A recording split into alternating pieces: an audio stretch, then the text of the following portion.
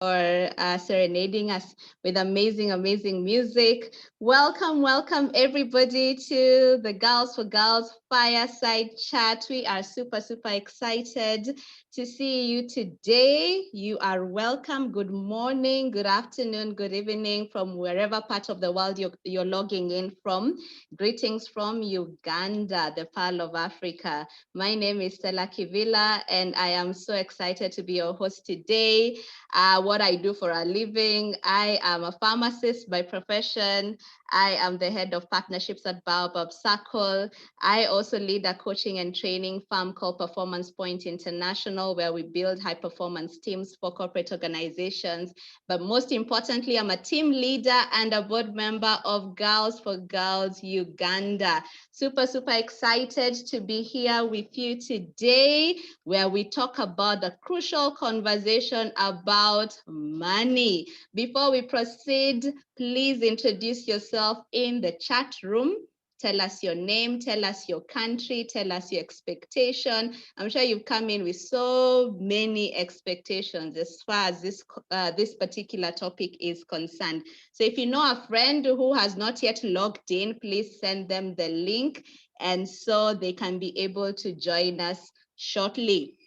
Now, before we continue, I'd like to let you know that this is very conversational, and so please feel free to post your comments and questions in the chat room. So let's keep the chat room on fire, and most importantly, you can ask questions in the Q&A section or in the comment section, and we'll be able to relay them to our guest speakers today.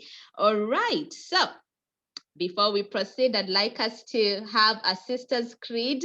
Why? Because Girls for Girls is a sisters fraternity, and I'd like to invite my colleagues Belinda and Melanie to be able to recite the sisters creed, and I'll tell you why we do this in Girls for Girls. Belinda?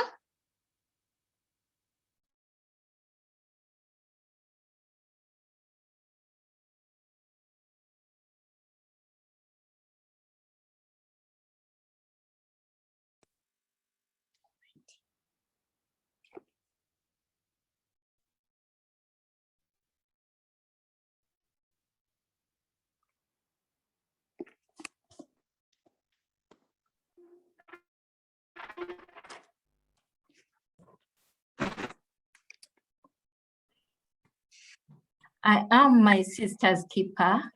I'll build my sister up, encourage her, empower her, and pray for her. I have no reason to talk about her, tear her down, be jealous of her, or to compete with her. I am going to stand behind her and help push her into her destiny. Pretty women pray. Thank you so much, Belinda and Melanie, for reciting the Sisters Keeper Creed. This is what we believe in Girls for Girls. If you are new to Girls for Girls, you are welcome. If you are not new, you're a mentor and you've participated in any of our sessions, you're welcome back. And I'll tell you how Girls for Girls started. So in 2016, Girls for Girls was started in Harvard Kennedy School, where a group of women were campaigning for Hillary Clinton. They'd gone there to study, but then it was the same session, it was the same period where they were, Hillary was running after against Donald Trump as the president of the United States of America. And after the results, they sat back and they said there's something that holds women back in all our continents. And so they came up with this amazing Girls for Girls global mentoring program with the objective of mitigating soft skills, because there's a barrier that as women have been placed upon us, but sometimes they're societal barriers, but sometimes they are self-imposed barriers.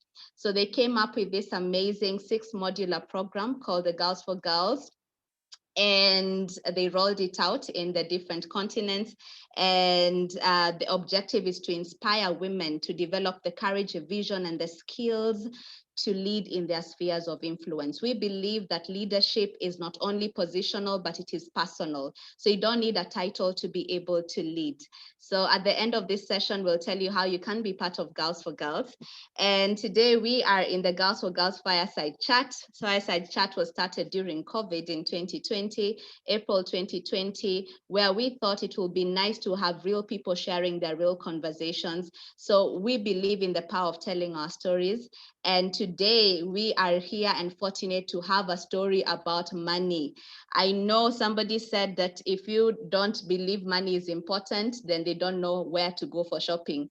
So all of us have a money story, and today we are excited to actually tackle this particular topic about personal finance, and we've called it Money Cure. So as you go for your next money cure, make sure that you also do money cure in your bank account as well.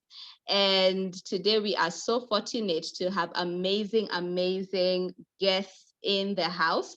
I will start from the first person who's going to be our moderator for the day, the beautiful and phenomenal Agnes Mahoro. Agnes is a customer experience professional with 13 years experience in the field of customer experience management. Her vision is to see more organizations embrace customer experience at the C-suite because of the strong belief that the more customer-centric an organization is, the more successful and profitable it will be. She currently works in NSSF Uganda as a supervisor service quality assurance, and she also offers customer experience management and training consultancy services to organizations that seek to establish proactive and innovative and transformative customer management processes and systems. She holds a bachelor's degree in environmental management from Makerere University, an MIT certificate in artificial intelligence, which has implications on business strategy. She's a member of the Strathmore Women in Leadership Fraternity, and she's also a mentor with Girls for Girls. We are so excited to have Agnes on board, and Agnes is a phenomenal leader who believes that we create opportunities to pull other people up. We are super, super excited to have you on board, Agnes, as you moderate today's session about money, because you actually hold a lot of our money. We'll not go into that conversation. You're welcome, Agnes. Thank you, Stella. Excellent.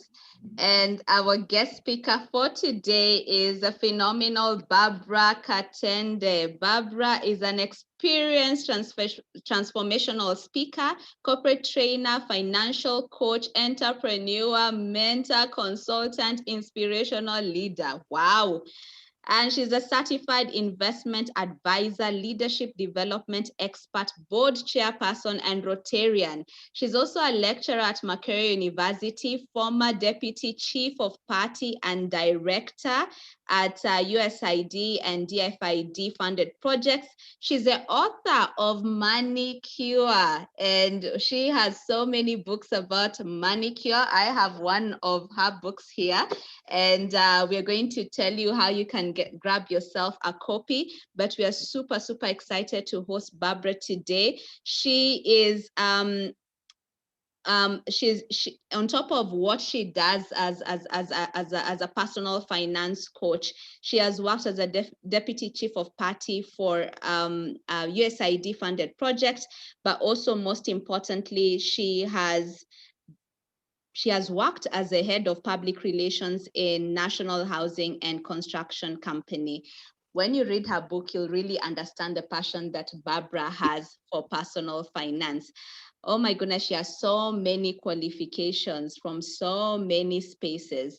And if you are Ugandan, you have heard about Barbara Cartender. And we are so fortunate to have her here today to share her experience about personal finance. You're most welcome, Barbara Cartender. Thank you so much, Stella. I'm excited, really excited to be here.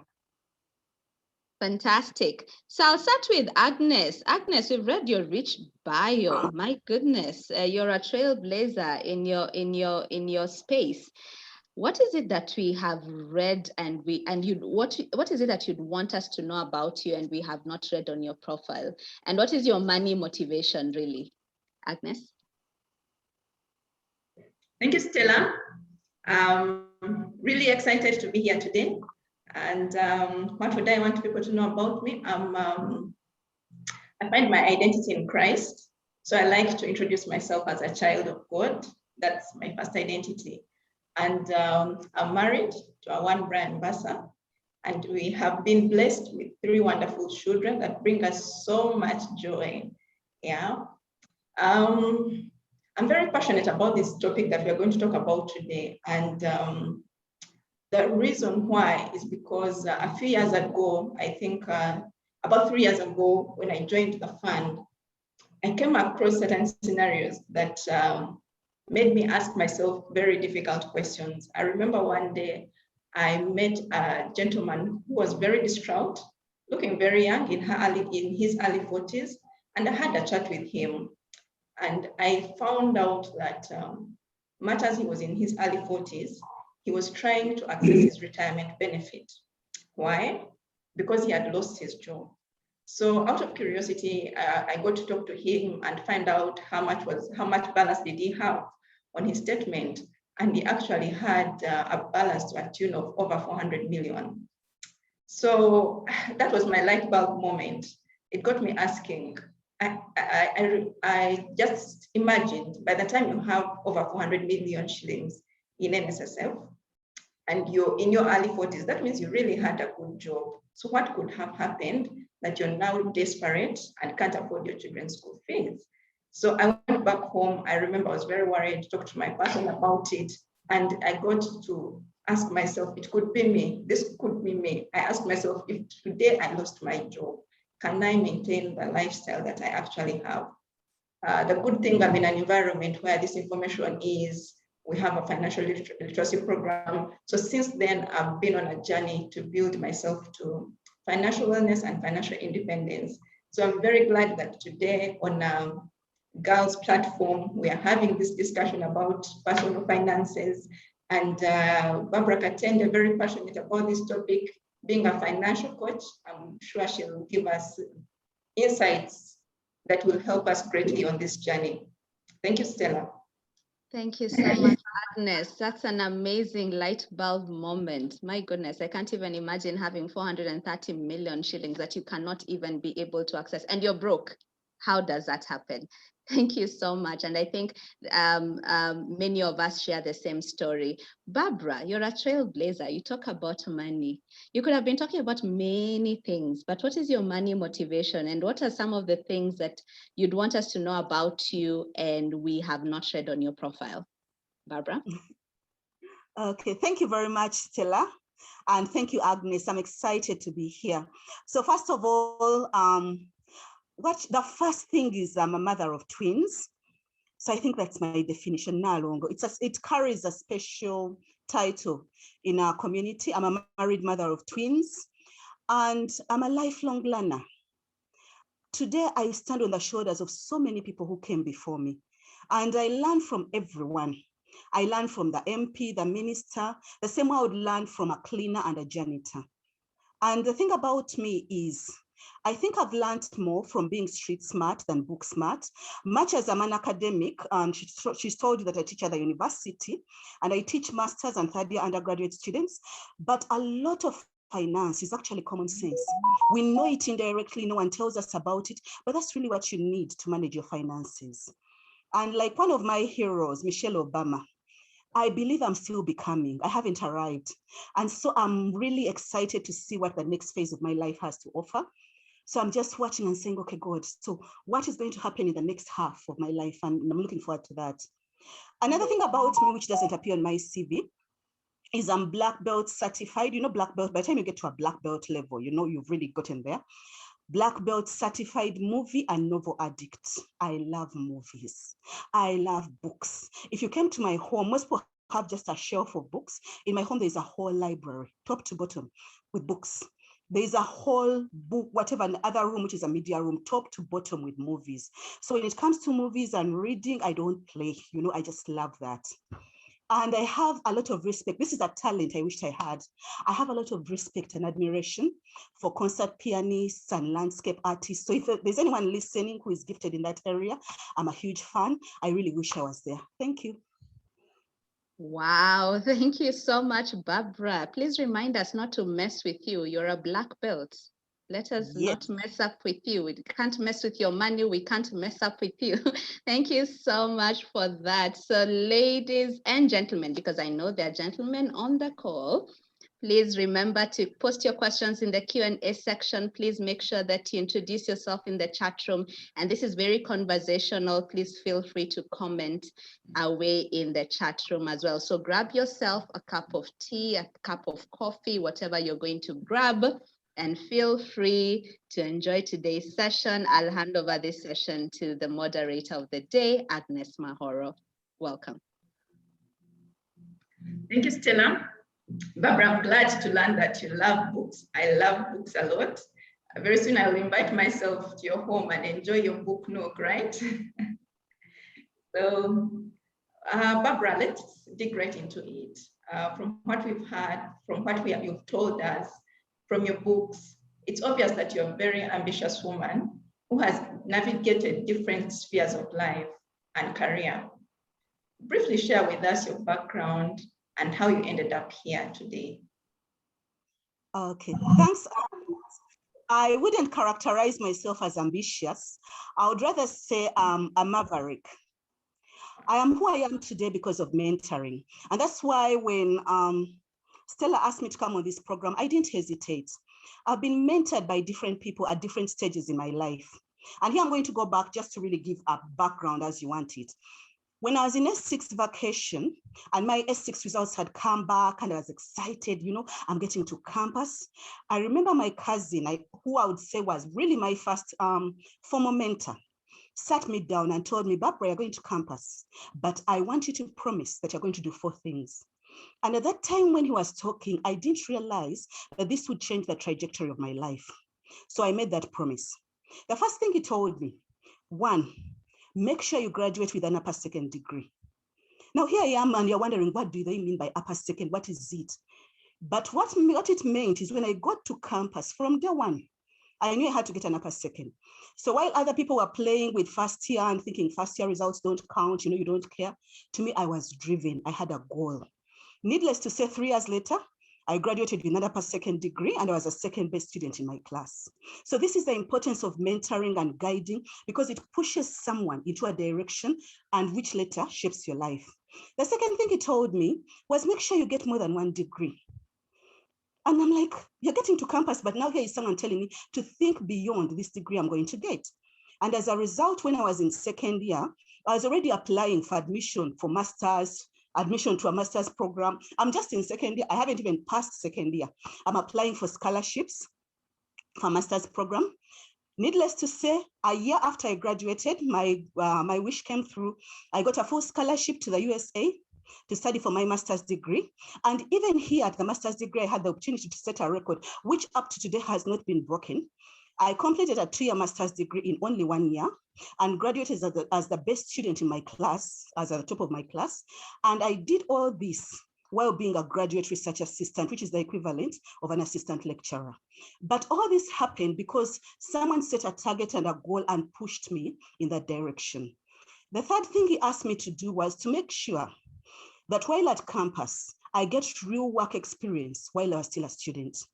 So from my first year of work, from my first year of studying, I was working. So in other words, I was studying while working on campus, and I graduated 3 years later with 3 years working experience. I remember doing my last exam on the 30th of June, and on the 1st of July, I was reporting for work in Civil Aviation Authority. And so while my friends who had graduated with me, my classmates, were coming out and, you know, you're going for work and they're asking you, do you have experience? They're wearing out one pair of shoes after another. Me, I was working with 3 years experience. In other words, now I had the upper hand. And this enabled me to catapult and get further in my career than I would have if someone didn't tell me, you know what, get experience as you're getting the education. The final thing he told me was get leadership experience. And everything he told me came with an explanation. He told me that as a student leader, it's important to learn how to manage people. Because when you get into the workplace, it's not just you. If you're going to be promoted to the level of a manager or the level of a director, you should be able to manage people and get them to work. So while I was at campus, I was a chair lady. This is at Makerere University, as a chair lady of Africa Hall, leading over 700 ladies. I was the head of the GRSCs from Africa Hall. GRSCs is a student parliament from the university. So I was leading the student MPs from Africa. I was a treasurer of 3 associations. That was the Rotaract Club of Makerere University, the University Council of Hall Chairpersons, and our class association. So all this, in other words, when I finished campus, I was at a different level. It wasn't just an ordinary student, the kind of students that we're getting out today. And I thank this to the mentoring that happened. And when I got into the workplace, I've really been a multitasker. I've worked in every sector. I've worked in government, I've worked in the parastatals, I've worked in the development field, the NGO world, the academic, the private sector.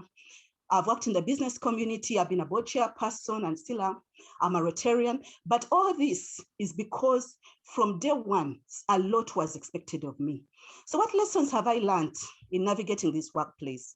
The first one, and I think this is important, especially for young people who are just getting into the workplace, is managing your boss. And the number one lesson which I learned and still works for me today, my job, I only have one job irrespective of where I'm working, is to make my boss look good, period. So when you get into a workplace, your only job is to make sure, how can I make my boss look good? Because your future in any work environment is totally in the hands of the boss. This is the one who's going to ensure that you get promoted, you get demoted. When they're doing appraisals, they're going to ensure that you move forward or you move backwards. And most of us don't get that. And these are things, and I'm glad about this Fireside chat, because these are things they don't tell us in school, and hardly people sit down and tell us. So I'm glad that we have this forum where we can sit and discuss to ensure that you have face time with a boss. Now, me being a type A personality, I'm very driven. So I'll do my work, achieve my KPIs, exceed my targets. But yeah, you exceed your targets and you think they work for you. I got a rude awakening when I realized that here I am working hard and the other people who are just going to the boss and they're discussing football, and these people are getting promoted at the same level. Then I realized, oh, the boss knows these people's names. He knows their faces, but he doesn't know mine. So I began a ritual which has served me well in all the different work environments I've worked in, is as soon as I get to the job, I ask for a weekly 15-minute meeting with the boss. I say, I would like to brief you on my KPIs, how I'm performing. Is it possible to have 15 minutes? There's no boss who won't give it to you because they want to know, I'm paying your salary, what are you doing? So in this meeting, I always go with a paper. And they're usually it's a 1 page or 2 pages. And it has 3 columns. So the first column usually has the KPIs. The second one the second column is an update on the KPIs, how I'm performing. And the third one is the way forward. On this KPI, this is where I'm going. So I would have this meeting and brief the boss. This is what I'm doing. This is where I'm going. And after this meeting, for the rest of the week, no supervisor has ever looked for me because they feel they know everything I'm doing. But you find them checking on so-and-so. Is so-and-so here? What are they doing? And this gave me my way out. And because they would know exactly what I'm doing. And even on that way forward, I would even put the contact of a phone contact of whoever I feel that they need to know on this particular issue. So as a result of that, I was managing my boss. I was managing the expectations. And in a way, they felt like I know what Barbara is up to. I don't need to check on her. And that 15-minute bought me a whole week of freedom. And the next week, and it has really served me well.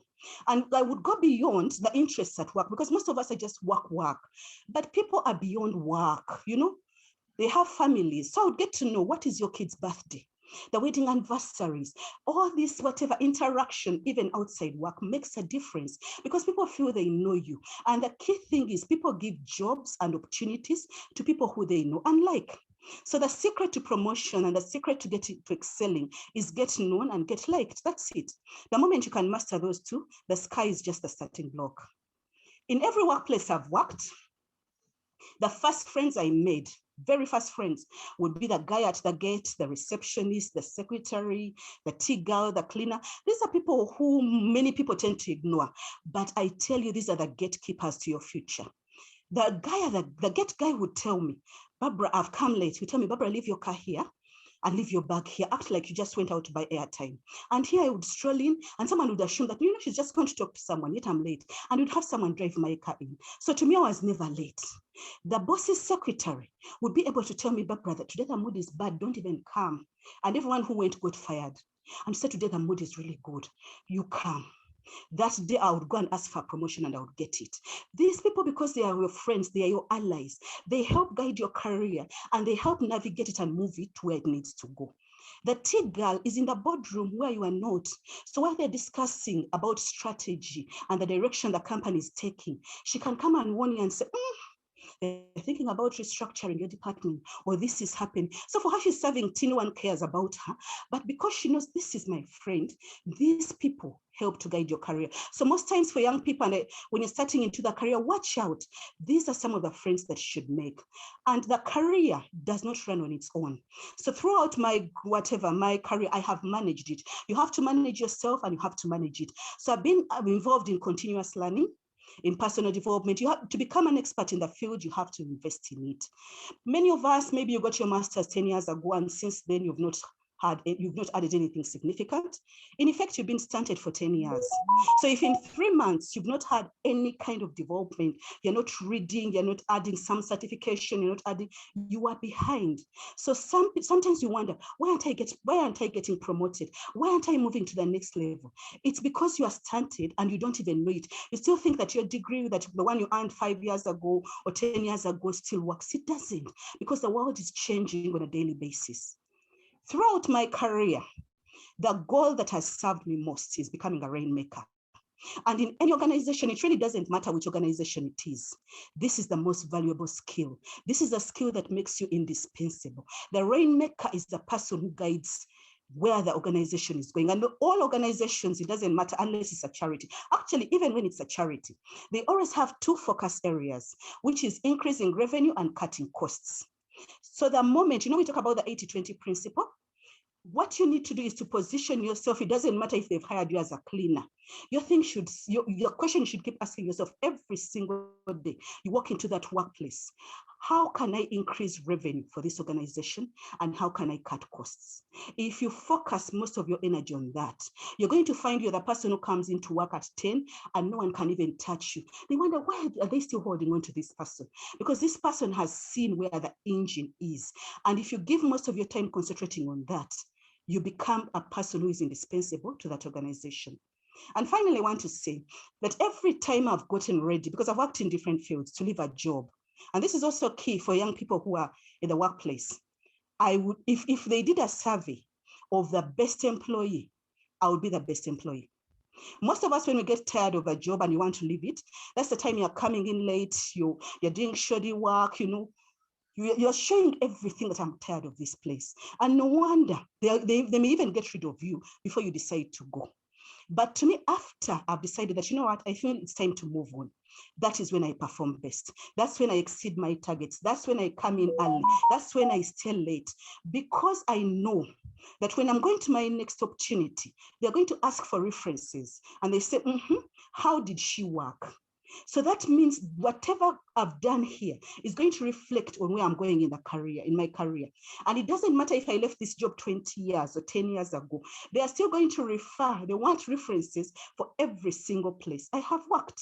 So that means make sure you leave a good name wherever you are, because that is ultimately going to affect how high you go and whether or not you get your subsequent appointment. Thank you so much. Wow. Thank you so much, Barbara. So a maverick who is driving you to mentorship at a very young age. I can see the difference the mentorship you got at a young age has done in your life. And I was just thinking how this validates the Girls for Girls program, which aims at empowering young girls to lead in their communities. Thank you for sharing the background. So I take that you're not just a financial management coach, but also a career development coach. Yeah, thank you. But then when you look back at your journey today, Barbara, what would you say are the top 3 things that you would tell your younger self, and why? Okay, thank you, Agnes. So looking back, the first thing I would tell a young Barbara is and here now I'm putting on my hat as a financial person, is your network, is your net worth. Who are you hanging around with? You are as good as the 6 people you spend most time with. So right now, if you're doing well financially, that's because the 6 people around you are doing well. If your finances are suffering, if your relationships are suffering, that's because of the people around you, because what you have around you attracts. So and misery loves company. So a lot of the time, the wrong people really want to stay there. You have to change the people in your life.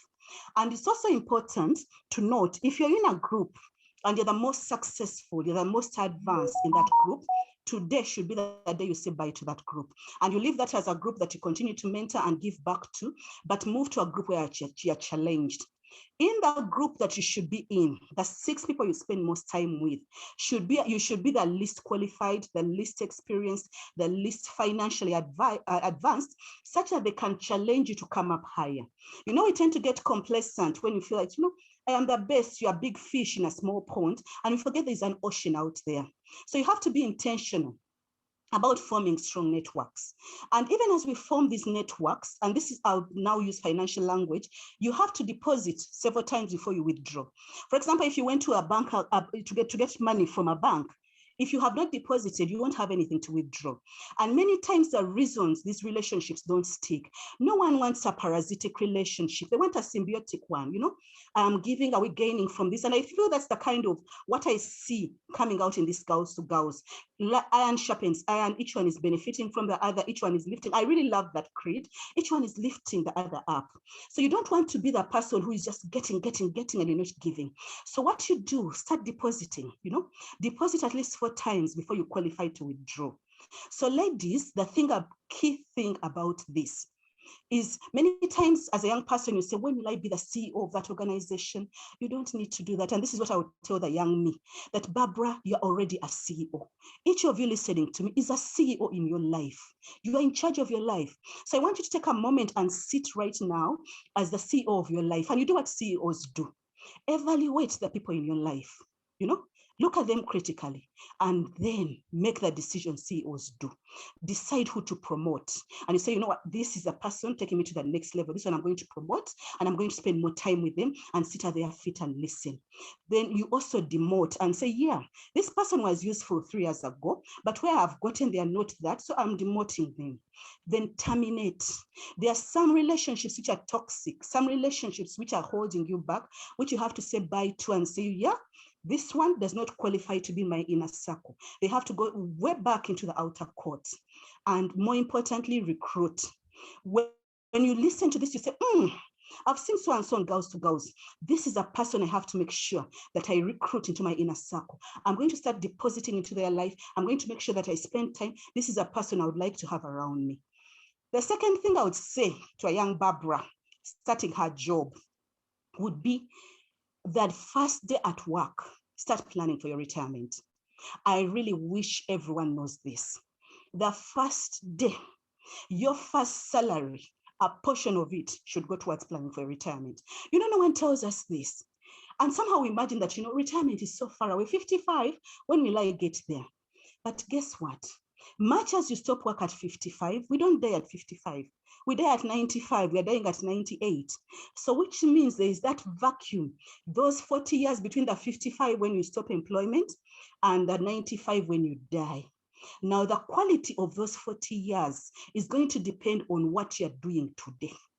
If you start investing now, and the earlier you start, the better, because you can start small, you can make mistakes, you have enough time to self-correct, you have enough time to put little, and that money can be compounded and it can go a long way. And just like NSSF will give little money, they compound it and it goes a long way. You don't need NSSF to do that for you, can do it yourself.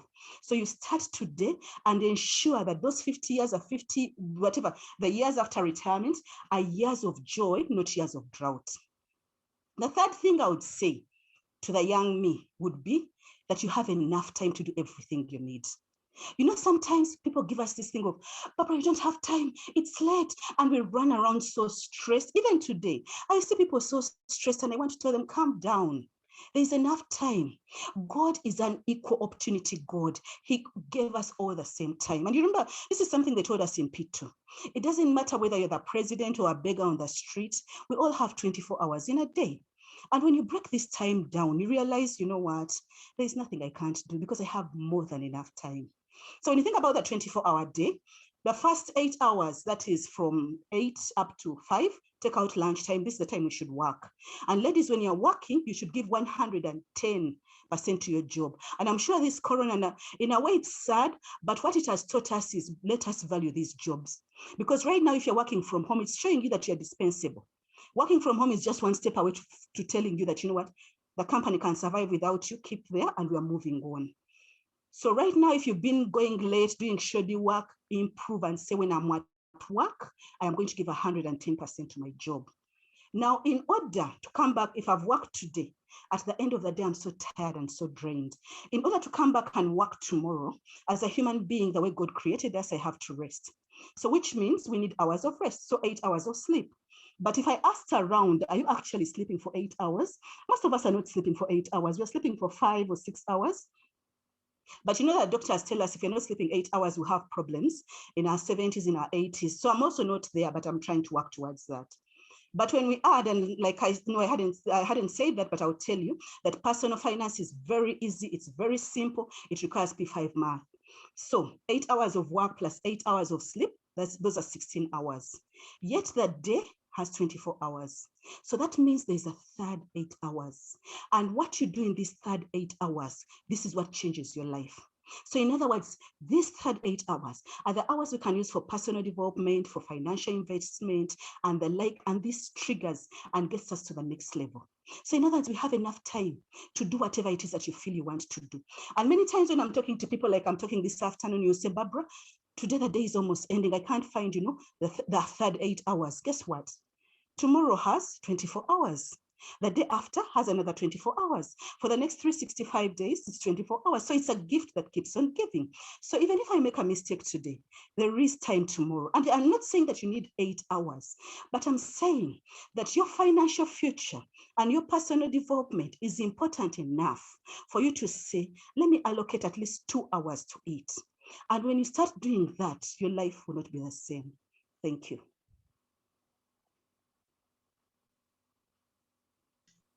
Amazing, amazing. Thank you so much, Barbara, for that. So what I take is that one, your network is your net worth, and we need to find those extra hours in the day that we pay to ourselves and use them for to work towards our financial freedom. Amazing, amazing wisdom. Stella, if we can get back to you and you tell us what people are saying in the chat, would like to hear from the audience at this moment before we come back to Barbara. Fantastic. Thank you so much, Agnes. Oh my goodness, the chat room is on fire. People are just being hit with light bulb moments, literally, Now we've been given a formula of how we actually take care of our network by being the CEO of our lives. We should promote some people, we should demote some people, we should terminate some people, and we should recruit some people. And I see Doreen here, Kukundakwe, who that was her highlight of the day. And then I have John Bigaba and Christine Namutebi, whose highlight has been, before you withdraw, at least deposit 4 times. So that is how we nurture our network. And Barbara, thank you so much. In Girls for Girls, we believe in the power of building our village. And it's been super, super phenomenal. Really listening to you in this first segment. We're talking about personal finance. And it's not the first time we're talking about money. I'd like to know, what are the biggest barriers that we have towards personal finance? We know we have the theory, we've attended the seminars, we've bought the books, we've listened to Barbara. But before Barbara continues, what are some of the biggest barriers that we have in achieving financial freedom? In one word, what is it? Ladies and gentlemen, let's start typing away. Let's see. Let me just echo what the people are saying. What is the biggest barrier? What is your personal barrier to achieving financial freedom? Okay, I know for me, it's really the essence sometimes of YOLO. You only live once. So why is it you should punish yourself? You have the money, okay? So you just spend the money to make yourself happy, okay? So YOLO is a big barrier for me, okay? Let me see. Let me see. People, Veronica is saying accountability. Oh my goodness. Thank you so much. That goes back to our village, who are we accountable to?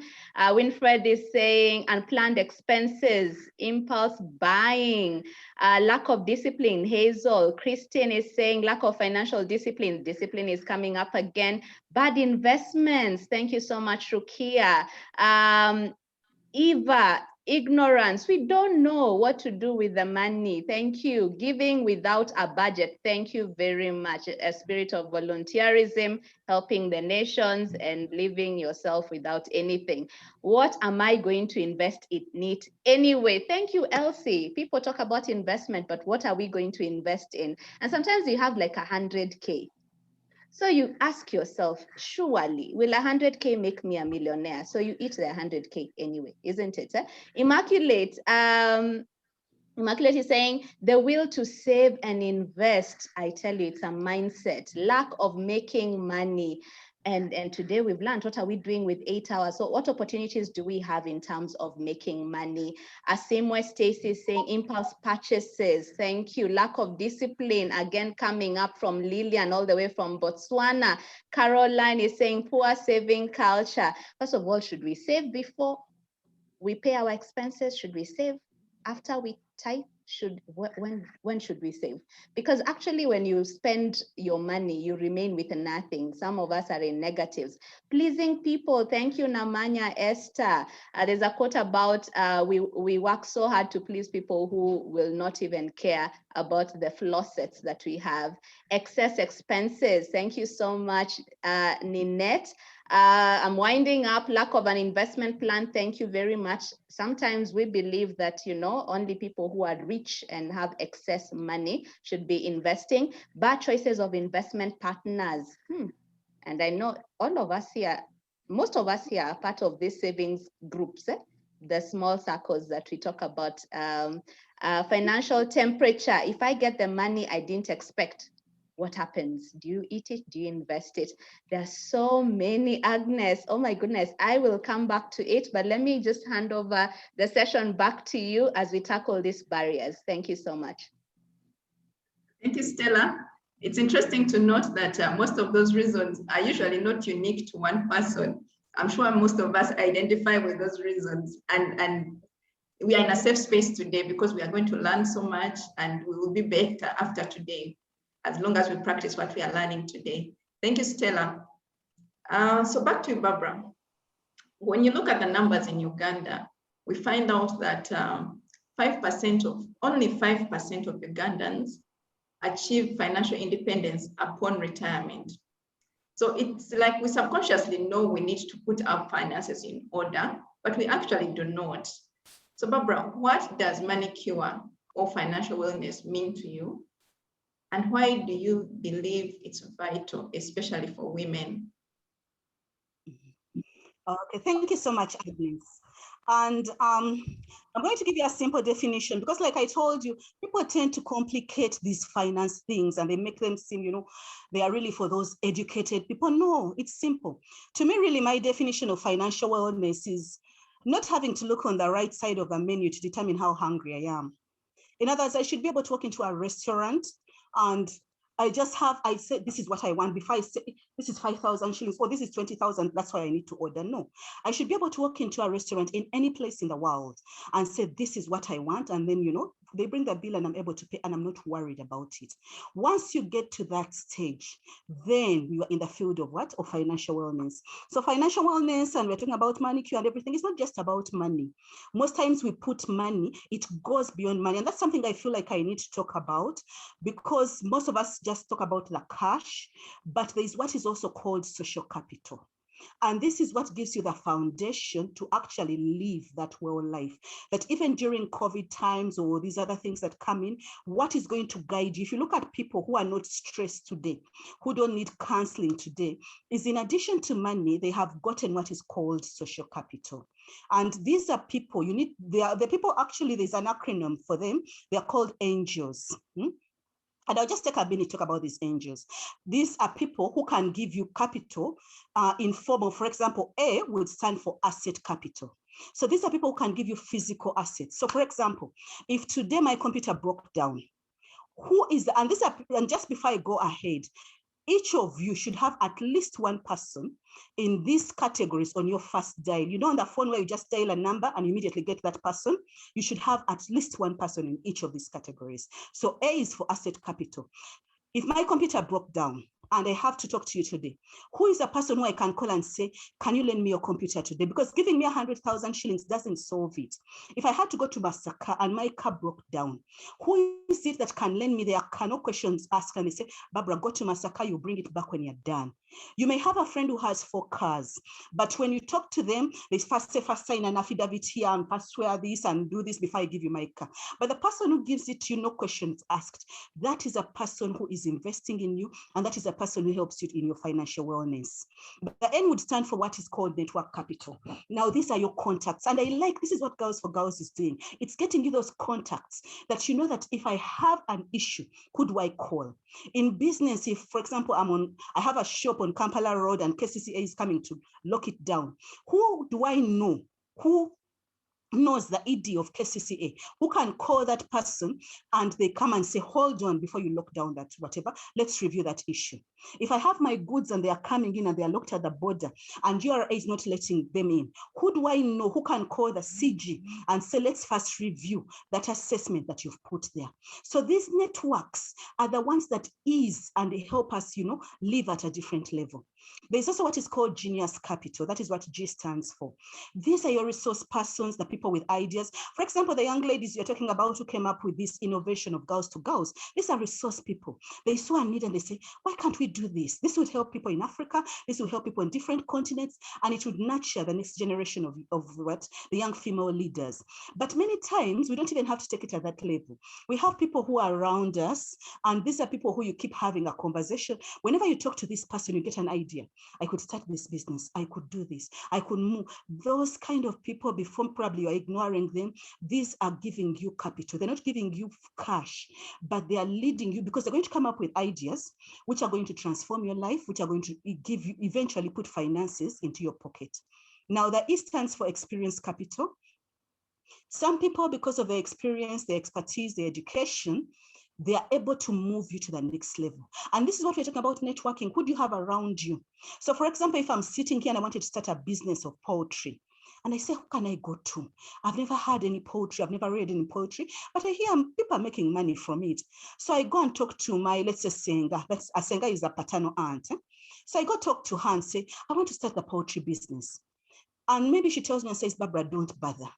The chicken are going to die, whatever, they're going to steal them. There is no market for them at the moment and the like. And I listen to her and I follow her advice. If I go to check on this Senga, you find that in her lifetime, she's probably never even looked after a single chicken, but she's advising me. On the other hand, if I went to a gentleman like Agasse Kalala, this is the guy of Yoga Chick. If I went to him and I said, I want to start a poetry business, do you know what he would tell me? He would say, Barbara, that's a brilliant idea. So what you need to do, this is what you need to do. You start like this, you go like this, you put up this. The problems you're going to face in this business are this. This is how you can mitigate it. When you find this challenge, this is how you can reduce it. When you do this, and this business actually works in Uganda. I even succeeded in driving Uchumi. Remember at one point we had these supermarkets called Uchumi. So Agasse Kalala's chicken are the ones that closed Uchumi. They had whatever departmental stores and they had and supermarkets all the way to Gulu, but they were closed and driven out of the Ugandan market because of his chicken. So he said, to show that it works, I actually drove this boy out of the Ugandan market. And he will tell you, and the reason is because you're sitting at the feet of an expert. Now, this singer of mine is not qualified to advise me in business. So many times, who are you listening to? Is that person qualified to advise you in that? Because the kind of capital they are giving you there may not necessarily be good.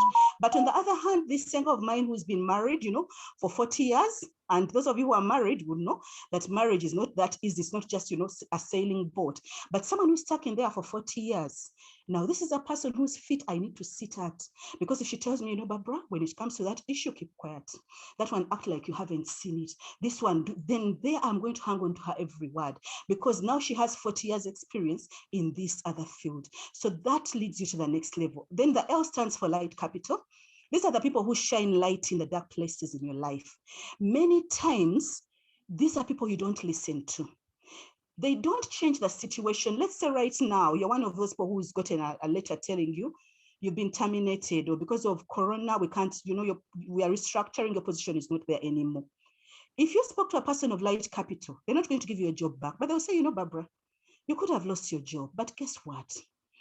You haven't died. You are not sick. You still have your hands. You can still move on. So they make you see the glass as half full instead of half empty. They make you see the brighter side of it.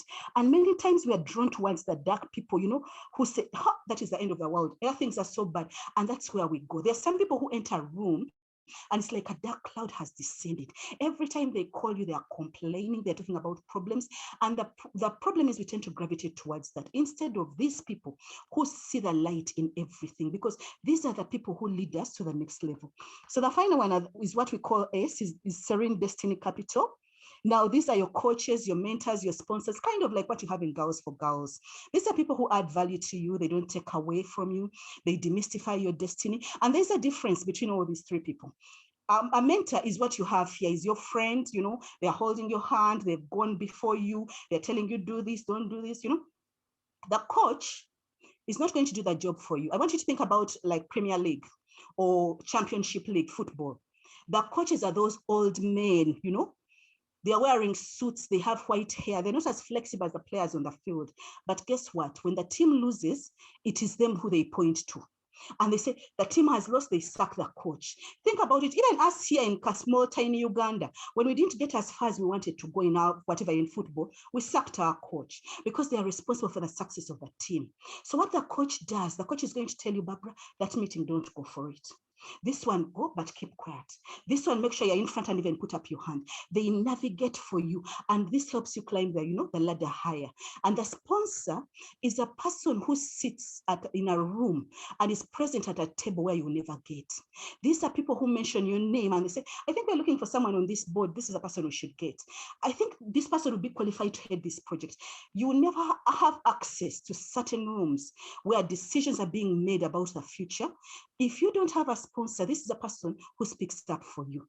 So why is this vital for women? It's vital for us because we are the homemakers. We are the primary caregivers in the family. They say when you educate a woman, you educate a nation. So as we begin to understand personal finances and financial wellness well, then we are able, to pass this on to our children. And to me, what I would like most for the ladies listening is not just for you to understand it, but to sit down with your children and help them so they don't get into the trouble we got into not knowing personal finance earlier on. And it's so sad in our society, and this is not just in Uganda, it's all over the world. Personal finance is not on any school syllabus, and it's not accidental, it's intentional. It's not on the school syllabus. They will teach you how to manage finances for institutions, for organizations, but they're not going to teach you on finances. And that's why you find that accountants and bankers are actually the poorest people. And for ladies, why is it important? Is we are not independent until you're financially independent. We talk about all these achievements, achieving parity, getting to where we need, until we have that financial, independence. And that's why we are pushing for equal pay and etc. Because until we have that financial independence, we can't talk about any whatever issue of independence. And research has also shown us that number one cause of divorce, this is not just in Uganda, but all over the world, is finances. It's not infidelity. It's not like, he got another wife and then he did. No, it's finances. So failure to get the financial equation right, that means even our marriages don't stand a chance. The last thing I want to say on this is if you had 5 goals, and if I had time and this was more interactive, I would ask you, each of you, just to take a minute and think about what are your top 5 goals? What would you like to achieve? What is on your bucket list? What would you want to do? And say, this is what I want to do.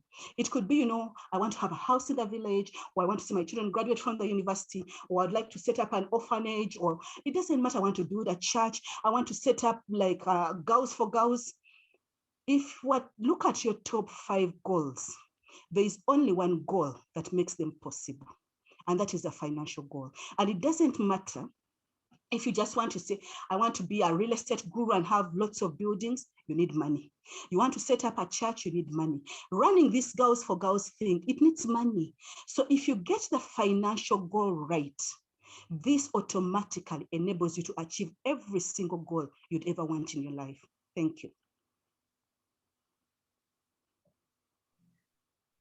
Thank you so much, Barbara.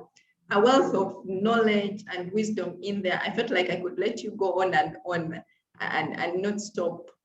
Yeah, learning today that financial wellness is beyond just the cash element, the money element, but it's about the angels in our lives. One, the 5 capitals in the acronym of angels. Thank you. So, thinking about what you've just said, we spend so much time in school. I think in Uganda, on average, we spend over 18 years in school learning and studying to probably get a job and get money. But no one really sits us down to tell us about money until we start earning and we are getting the money and we are making all kinds of mistakes and doing all these things and living life, yeah? So for you, Barbara, when did your biggest light bulb moment about financial management happen in your life? Okay, thank you, Abby. The light went on that day I learned that it was okay to have more than one stream of income. Before that, because they tell us go to school, get a good job, and you start working. So that day, and whenever I would work, because I've always been, entrepreneur and that kind of person, so I'll be working at my job, and after 5, you're doing your side hustle, and many of you are doing that. I felt like I was cheating. It's like you're having an affair somewhere, you have a side dish. So my side hustle looked like my side dish, and I felt like I was cheating on my main job with my side hustle. But I was happiest, and here it's not even just the bulb coming on, it's like the sun came out.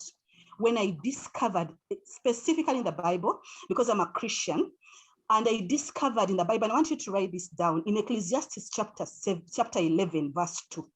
The Bible says you should have 7 or 8 streams of income. Let me tell you, that day I discovered, I was like, wait a minute. You're saying we should have more than 1. You're saying it's okay to have 2. You're saying you should have 7 or 8. And when you read further, it says, because you know not which one is going to do well. And this is true. If you speak to people who are financially successful, and you know that so-and-so has been financially successful for a while, for 10 years, 20 years, and the like, if you ask them what is their secret, the one secret of success is diversification. And they told us this in P2, do not put all your eggs in one basket. So some of you, right now, you're listening to me and you're suffering financially, but if I came to do a diagnosis of why you're going through that, is your eggs were in one basket, you only had your job. And now they've cut your pay, they've laid you back, they've sent you home. So you're in a depression right now. And for many corporates, I've found you have a job like I was at the start. You have your corporate job, then you have your side hustle. But if you do a cost benefit analysis, you're not doing well financially. And when you say, what is the problem? I have a job and I have a side hustle. Why aren't I doing well? Those are 2 streams. You're supposed to have 7 or 8. And why is that? Because there is no investment or business that's up, up, up. No. It's up, down, up, down, up, down. So which means even today, when you look at the real estate market not doing that well, guess what? The food industry is doing well. While shares are not doing well, you find that treasury bonds are really doing well. So if you've invested in several things, you're going to remain financially viable irrespective of what the situation is. And let me tell you, that day I learned about diversification, that day I learned that it's okay, I am not cheating by investing in several places, my life has never been the same. Thank you. Well, thank you, Barbara. So after this realization that diversifying and having other streams of income is not wrong, is not cheating your employer, did you make any mistakes, or what mistakes did you unearth? And how did you intentionally build yourself up and build this into your life? The principle of having various streams of income. Okay. And this, I started slowly, but consistently building my investment portfolio, because now, like, I've learned it's okay to diversify. And when you're doing this, the first thing I began with was by having a budget. And some of you who are listening to me don't even have a budget.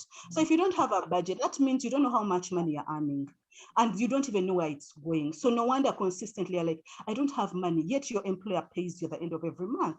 But when you have a budget, you begin to know this is how much I am earning. And then when you start listing and you say, my expenses, this is where it's going.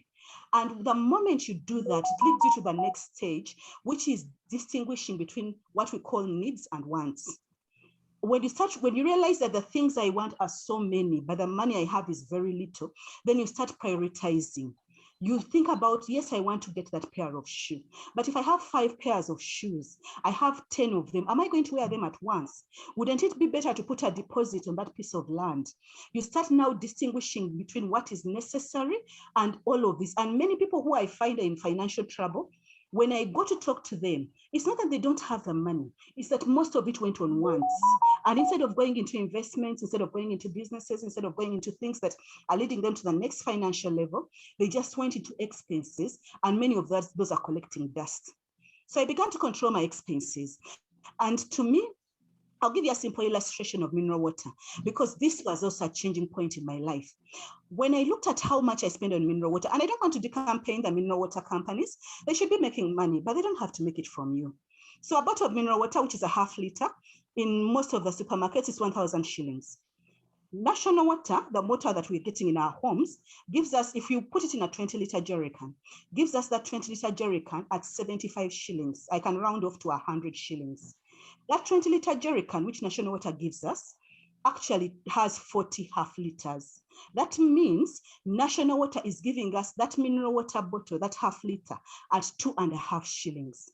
Can you believe you're paying 1,000 shillings for something that costs 2.5 shillings? So every time you're spending on that, and I want to begin with the basics, because most people think that you need a lot of money to start investing. No, or to start saving, you need big savings. Start on small, and I'm beginning on the basics. Now, for every time you're spending 1,000 shillings, just now you're spending 1,000 shillings on something that's 2.5 shillings. Of course, I'm not saying take the water from the tap, but boil it. Let's say you boil it and it's 50 shillings. So this is a 50 shillings. So me, I have my water bottle, and I even put it in a pot. And you know how that scented pot water is, you know, it's cool and it has a scent at 50 shillings. And someone is getting the same quality. I have not compromised quality. In investment, you should never compromise quality. How can you cut your expenses and not compromise quality? This is a clear example. So I'm spending 50 shillings on this water. You're spending 1,000 shillings. Do you realize already I'm saving 950? And if you kept multiplying, do you see how far I would go? So this made me begin to look in different places in my life where I can cut back on expenses without whatever compromising the quality. And when I began to do that, I started seeing a lot of money which I could get and move towards investment. I also want to take a moment to talk about debt, because this was not just for me, but it happened to many people. As a kind of person who I would get paid on 30th, by 3rd, my money was all gone. Now, I know some of you are like I used to be, especially if you're that person who feels that, you know, someone would call me and say, Barbara, I don't have the shoe that matches the second, changing dress for my what, and, there I am giving money. And because I kept giving it out, what happens is now I'm spending more than I'm earning, and quietly start accumulating debt. And for many of you, your debt may not even have been accumulated in that way. You start working, you get comfortable in this job after the 3rd month or the 4th month, you're really comfortable. You now have the guts to go to the HR and you ask for salary advance. So that's the easiest way to get in debt. Before you pay back that salary advance, you now ask for salary loan. Now, like today is Friday, Friday afternoon, and say, how am I going to get past the weekend? So you go quietly to the accountant under the table and you get an IOU. Do you see how the debt gets accumulated? And you're working in the corporate field. So someone will ask you, why are you taking a taxi? How can you take a taxi when you're working in the corporate field? You need a car. So you get a vehicle loan. Now, before going to the banks was so hard, but you know, these banks have made it so easy for us. They come and they're making presentations. They're saying, we can give you this, we can give you this, because of the kind of competition they have in their industry. So you now are adding debt after debt. You get into a vehicle loan.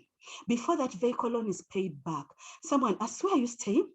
You mean you're still staying with a landlord? You can't even paint your wall purple. It's a landlord's house. You know, you need your own house. You get a mortgage. So many of you are stuck in this debt. And then you go and you're borrowing from friends. And you know what happens? You find probably Stella and Agnes are friends. If you're looking for Stella, you find Agnes. Then all of a sudden, they're not talking. And when you ask, why aren't they talking anymore? There's a financial situation. Someone borrowed and someone didn't pay back. Then you're borrowing from relatives, you know?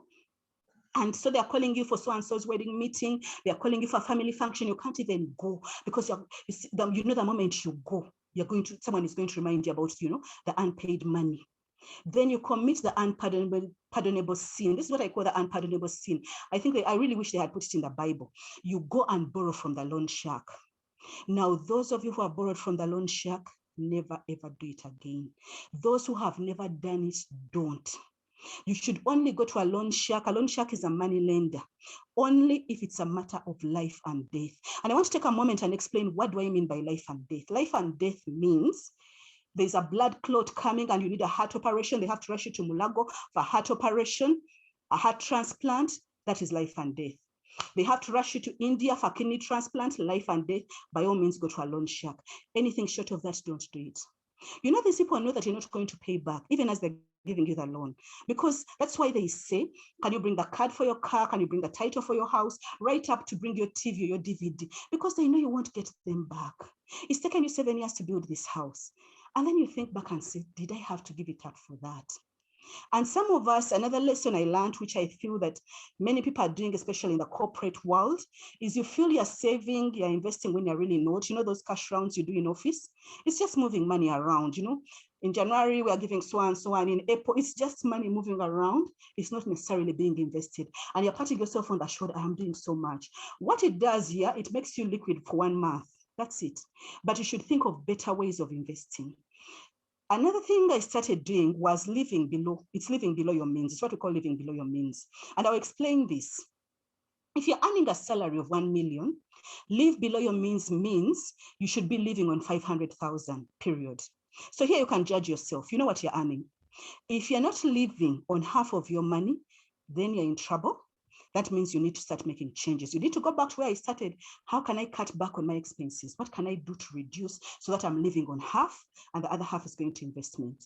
Now, some people are doing what is called living within your means. I'm earning 1 million, I'm spending 1 million. Now, the danger with that is you're one paycheck away from debt.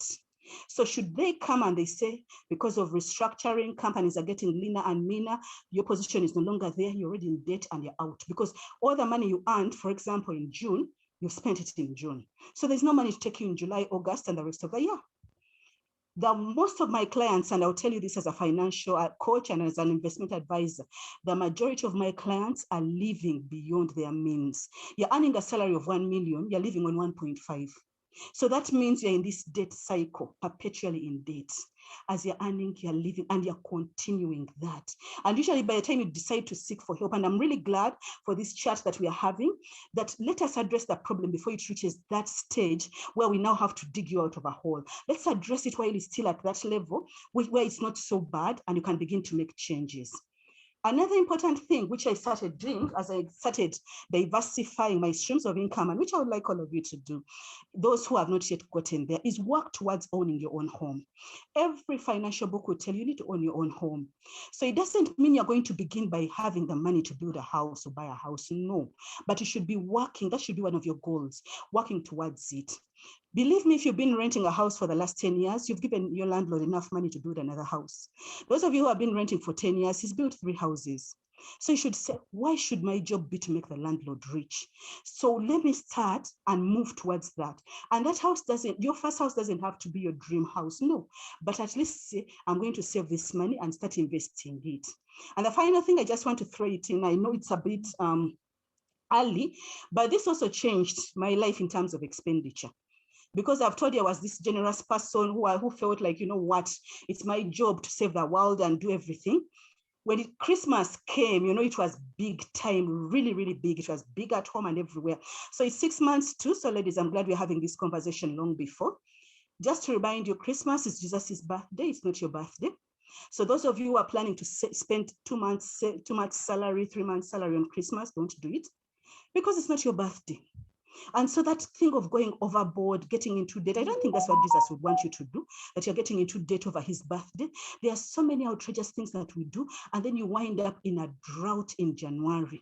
So part of planning and preparation means there are certain expenses we don't do. There's this huge migration that we have, you know, I have to go to my village and the fares are doubling and tripling. Like Jesus was born in your village. Jesus was not born in your village. He wasn't born in my village.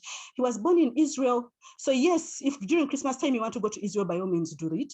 But if not, your village, that's not where Jesus is. You can go to your village in February when the fares are fair, and you use that money to spend and invest. Thank you. Thank you, Barbara. You've left us on a controversial note. Some of us might argue that Christmas is the only time that we get to unwind and relax and enjoy the money that we have worked throughout a year for. So you need, as you answer the next question, maybe you can tell some of us why we shouldn't spoil ourselves on Christmas Day after saving for the whole year for me to enjoy the Christmas holiday, or how we can actually get to enjoy the Christmas holiday but still not lose out on our financial goals. But then it's one thing to save and manage expenses. For example, when you talked about the cash rounds, I know most of us must be culprits of cash rounds. You know, you feel like you're saving an amount of money every month. 5 months later, they give it to you and you spend it all. Yet you've been thinking, some of us think a cash round is actually a saving. So it's one thing to save and manage expenses, but how do you then actually build yourself to wealth? Because we've had instances where people actually have saved the money, but we are not building ourselves to wealth. What's happening to us? So how do we practically build ourselves to wealth? Thank you. Okay, thanks, Agnes. So what I'm telling you is plan for Christmas, plan for it. It doesn't, by the way, when you're doing a budget, it's because, you know, this is short, I can't go so much into detail. Your budget, this is a requirement and it should be a KPI for all of you. Your budget should have personal shopping and personal gifting every single month. You've worked for that money, you have not stolen it. You know, there are people who are stealing COVID money and Global Fund money, but for you, you're genuinely working and sweating and sacrificing for that money. That means every single month you should spend money on yourself. It shouldn't just be Christmas. Every single month you should say, this is what even if it's 50,000, you should spend it on yourself, because that's what gives you the energy to invest. You shouldn't wait for Christmas. But the reason I'm saying that is I see people go overboard. And then I wish I could take pictures of people in December, and I'm taking the same picture of that same family in January. And you're wondering, is it still the same family? And they're saying, how long January is? It's like you didn't know that it was coming. And part of financial investment and planning is knowing that these things are coming. So if I want to have a holiday in Christmas, let me start saving for it now, instead of getting into debt because I want to what? I want to impress people. And you actually gave that quote. You're impressing people who don't care about you, who won't even remember. You're keeping up with the Joneses, forgetting that the Joneses are in debt, or they have a trust fund. So you're really not at the same level. You're not playing at the same level. But back to your question, in terms of building wealth, what do you need to do? So first of all, you need to pay yourself first. Now, what does this mean? Pay yourself first means before I give money, give money to Umeme by paying my electricity bill. Before I give away money to National Water by paying the water bill. Before I give away money to the farmer or the grocery store by, going and buying groceries. Before I give money to the school, by paying school fees, have I first put away money for myself? And the money I put away for myself is investment. Because I have worked for this money, I have sweated for it. So before I satisfy all these other people, the first thing, just like we said, tithe comes first, take off your tithe. The next thing should be is, now have I put away money for me? That is the money that goes into investment. And URA and NSSF were able to figure this out. And I'm sure, Agnes, you know this. URA realized that, if they gave me my salary and they came back and said, Barbara, can you give us back, you've gotten your entire package. Can you give us back 30% or 40%, depending on your tax bracket? I wouldn't have it. So what do? They get into an agreement with my employer, and they say, before you give her money, first take off 30% or 40% and give it to us. Then NSSF also comes and says, first take off 5% and give it to us. Then they leave you with this. And what do? We now get the rest of this money. Instead of also us following the example of URA and NSSF and taking off money for investment, what do? We start giving it away. I'm giving it to Meme, I'm giving it to National Water. So what do we need to do henceforth is you begin to automate your savings. That means you put a standing order. Standing order simply means it's an instruction to your bank. For example, if I'm banking at Standard Chartered Bank, I go to Standard Chartered Bank and I open another account, preferably a fixed deposit account, or better still, I would say a money market account. And you can have as many as 1,000 accounts in one bank.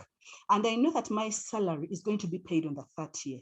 So I tell my bank that the moment this money comes on the 30th on my account, I want you to take off 100,000 and put it in this other account. That is what we call forced saving. So that the first month when you've given that instruction is going to be so tough. The second month, you even wonder, how am I getting past this? The third month, you just be dragging yourself and saying, God, I just need prayers. But guess what? By the 4th month, you'll be used. Just like you are used today, that what appears on your appointment letter, you know that huge figure that appears on your appointment letter is different from what appears on your account. You're used that URA takes off this. You're used that NSSF takes off this. And that's how you'll be used, that this money is going towards investment. So by the time you go to access that money, if it's a fixed deposit account, after 6 months, you've thought about what you're going to use it for. If you put it in a money markets account, you even put it in an account that, is earning more money for you. The second thing we need to do in wealth building is, what is important to build wealth is what is called peace of mind. You can't build wealth when you're scared, you're scattered, you're what? And this is the beauty of insurance. And I tell these insurance companies, what they are lacking is because they have such a bad rep, so people don't get it. But what insurance sells is peace of mind. And I'll just talk about one policy, which is EduSave. So before, when someone would call me and say, Barbara, we want you to come to Cavalry to speak to these ladies, I would say, God, that is far. What if I have an accident? My children, as mothers, that's the first thing we think about, my children. Then we want you to come to Arua, there's this important meeting and we feel that you should facilitate. And I say, what if something happens to me? But believe me, when I got this policy, today when you call me and say, Barbara, I want you to come to Karamoja, I'm there. Barbara, we need you to go to Congo, I'm there. Barbara, you're going to TZ, no problem. Why? Because if I died, even just in the middle of this discussion, and I passed away, I know my children would finish university. To me, I believe that education is a silver bullet. So because of that knowledge, I can go anywhere. I'm not even worried. Before I say, now what happens? Even now, Corona, I'm like, yeah, Corona has come. It's sad. But I'm still not worried. My kids will still finish university because of this. If it's whatever, it's the silver bullet that ensures that you're able, and should I have an accident and I've not died, but I'm not able to work again, still they would finish education because of this policy. So that is also important when you talk about investment. Now I have the peace of mind to get into more risky investments. I have the peace of mind to diversify my portfolio. I am not limited by barriers that I had before because I have this peace of mind. Then part of what we need to do is start investing in shares. Going beyond saving is you need to invest. And the shortcut to me, which I would advise in terms of investing, is buying shares. So for example, if I wanted to set up a bank, I want to set up Stanbic Bank. I'm starting it from scratch. It would take me 30 or 40 years to set it up. I don't have that time. So what do? I let someone else set it up like they have done, and then I go and just buy shares in that bank. And this is an avenue which is also important in diversifying our sources of income and getting more money coming to us. So today, if you look at shares of Stanbic, we just had the AGM just a few weeks ago, and the shares of Stanbic are 27 shillings. And those of you who are in Uganda, you can understand what I'm saying. That means that 100 shilling coin, which you're giving your kids to play with, those are already 4 shares of Stanbic Bank. Very cheap. So while someone sweated, they put together the infrastructure, they're hiring the staff, they are paying them, they are supervising them. All Barbara I'm doing is I'm buying shares and I'm sharing in the dividends. Very easy way to make money. And when you start investing in shares, what is key is be patient with the stock market. And when you're investing, have a long-term perspective. Most of us are investing, I want to invest for 2 years or 3 years. It doesn't work. It is long-term, because long-term is where you get sufficient dividends. I also want to talk about business because we need, that's also another place we can put our money and as we're growing our portfolio. And the key message here is just to be aware of the business cycle. Now, this doesn't work for everyone, but just for you to know it, there are always outliers, but most of them go through this cycle. So you'll find the first 1 to 3 years in any business, most of them, it's making losses. So some of you start a business and the first year is making losses, second year, like you close it down. But if you're aware of the business cycle, you don't. Then in the third and fourth year, that's when it begins, whatever, you begin to break even. So in the third and fourth year, you put in 100,000, you're getting 100,000 back. So you're breaking even. Then in the fifth, sixth, seventh and seventh year, that's when you start making a profit. So once you are aware of this cycle, you don't close the business, you start it. And that is why you need to start this while you still have your corporate job. Instead of waiting when NSSF says buy to you at 55, and then you say, let me start a business that's going to make for me money 7 years down the road. You can't afford to wait that long. So when you're aware of that and you're aware of the way it does, it is easy for you to monitor and know the trajectory and see where the business is going to go. And in businesses, there is what we call mind your business. You know, in primary, when someone told us mind your business, was so insulted. You're like, they've abused me. You'd even report them to the classroom monitor, you know. But in business, when we say mind your business, we're saying pay attention to your business. Put your money where you can see it. In other words, if you're still working in the corporate world, you don't have time to go and supervise that salon. You don't have time to go and supervise that grocery store. All you're going to do is to make the person who is managing it richer. So put your money in businesses that don't require your presence. Things like rentals, like stocks, like, you know, treasury bills, which are run by experts, money markets, which are run by experts on your behalf. And the final thing I want to say is these get rich quick schemes don't work. You know, those Ponzi schemes, they don't work. If someone comes to you and they say, and many people, I can't tell you how many of my clients have fallen for this. And I'm glad I'm not seeing many of you, because such that I can tell you that if you're doing this, stop it. Someone comes with something that sounds too good to be true, it cannot work. There's no easy money. There's no quick money. It doesn't come that way. They say, you know, you put these things like, let me give examples, Forex trading, you know, World Ventures, coin. I mean, I could go on and on. They don't work. So how do you know what business you should go in? Business is simple. And that's really the message I want all of you to go away with today. If you cannot explain a business or an investment to your grandmother in your local language in 3 sentences, never do it. In other words, business is so easy. It means I bought this product at 5,000, I'm selling it at 7,000, I've made a profit of 2,000. I have this contract with this organization. They've agreed for the next 3 years, if I fulfill, you know, these obligations on a monthly basis, they'll be paying me this. It is that simple. But if an investment involves, you know, you put in this money, then you recruit for people, then you do what, that should immediately, but that should be a red flag that tells you, you know, stop, don't continue. Thank you.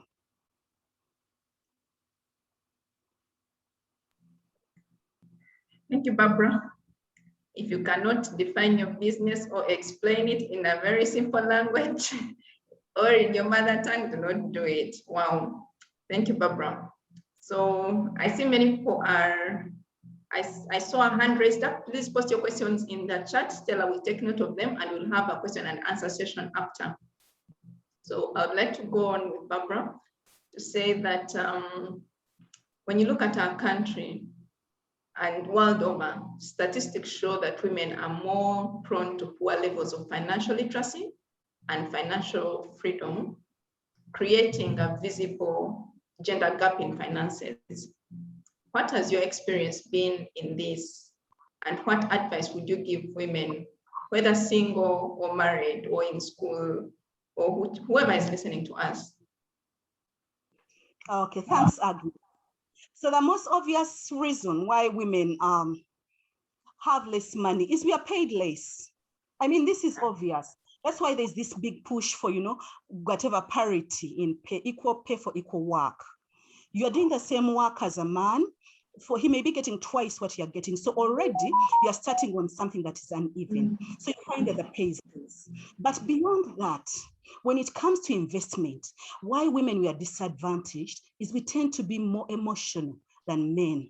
We're not logical. Men are so logical.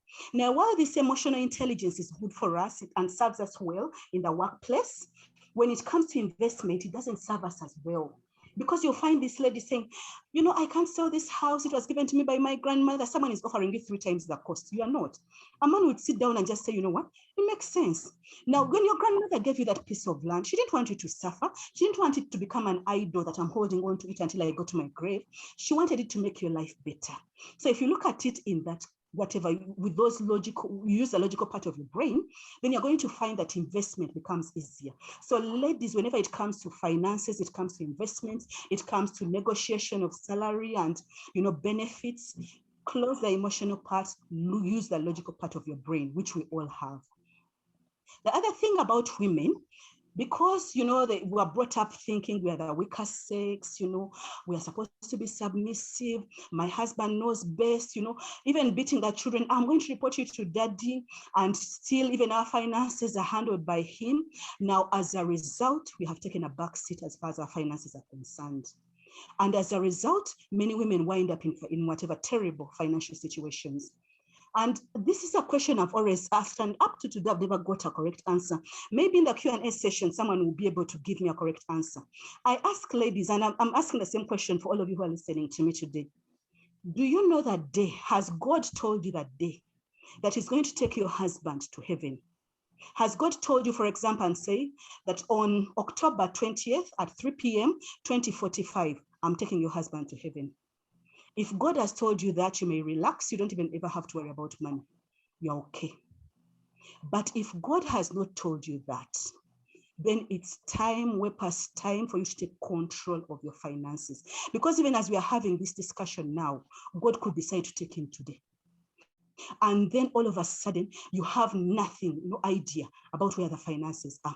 And unlike what we learned in African history, remember the African history, the Egyptian history, where we learned the Pharaoh, when the Pharaoh died, he was buried with the wives, the cats, the goats, the gold, and everything.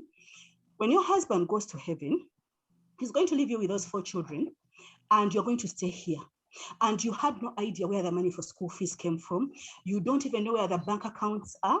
You don't know the numbers, which banks even. You have no idea where the property is. And you're sitting there being this wife who knows nothing. And now you have to bring up these 4 children. So if you are in that situation, start taking an interest in your finances. And especially what I found with my clients who are ladies, there are people, and I'm sure there are some, because I always find at least in every 10 clients, I find 50% female clients. You find that you're staying in this house, which you probably built together, and your name does not even appear on the title. Or for some people, the title reads Mr. and Mrs. So-and-so. And there will be another Mrs. So-and-so. You have to make sure that the title of your home reads Mr. So-and-so and Mrs., including, you know, in Uganda, we call it the NAN name, you know, that middle name of yours should be there properly such that it identifies you. Because there is nothing as sad as being evicted from your house because the house was mortgaged or the house was sold, or you had no idea. Your name doesn't appear at all, and it's going off to someone else. Another important thing which ladies need to know is your children are not your retirement plan.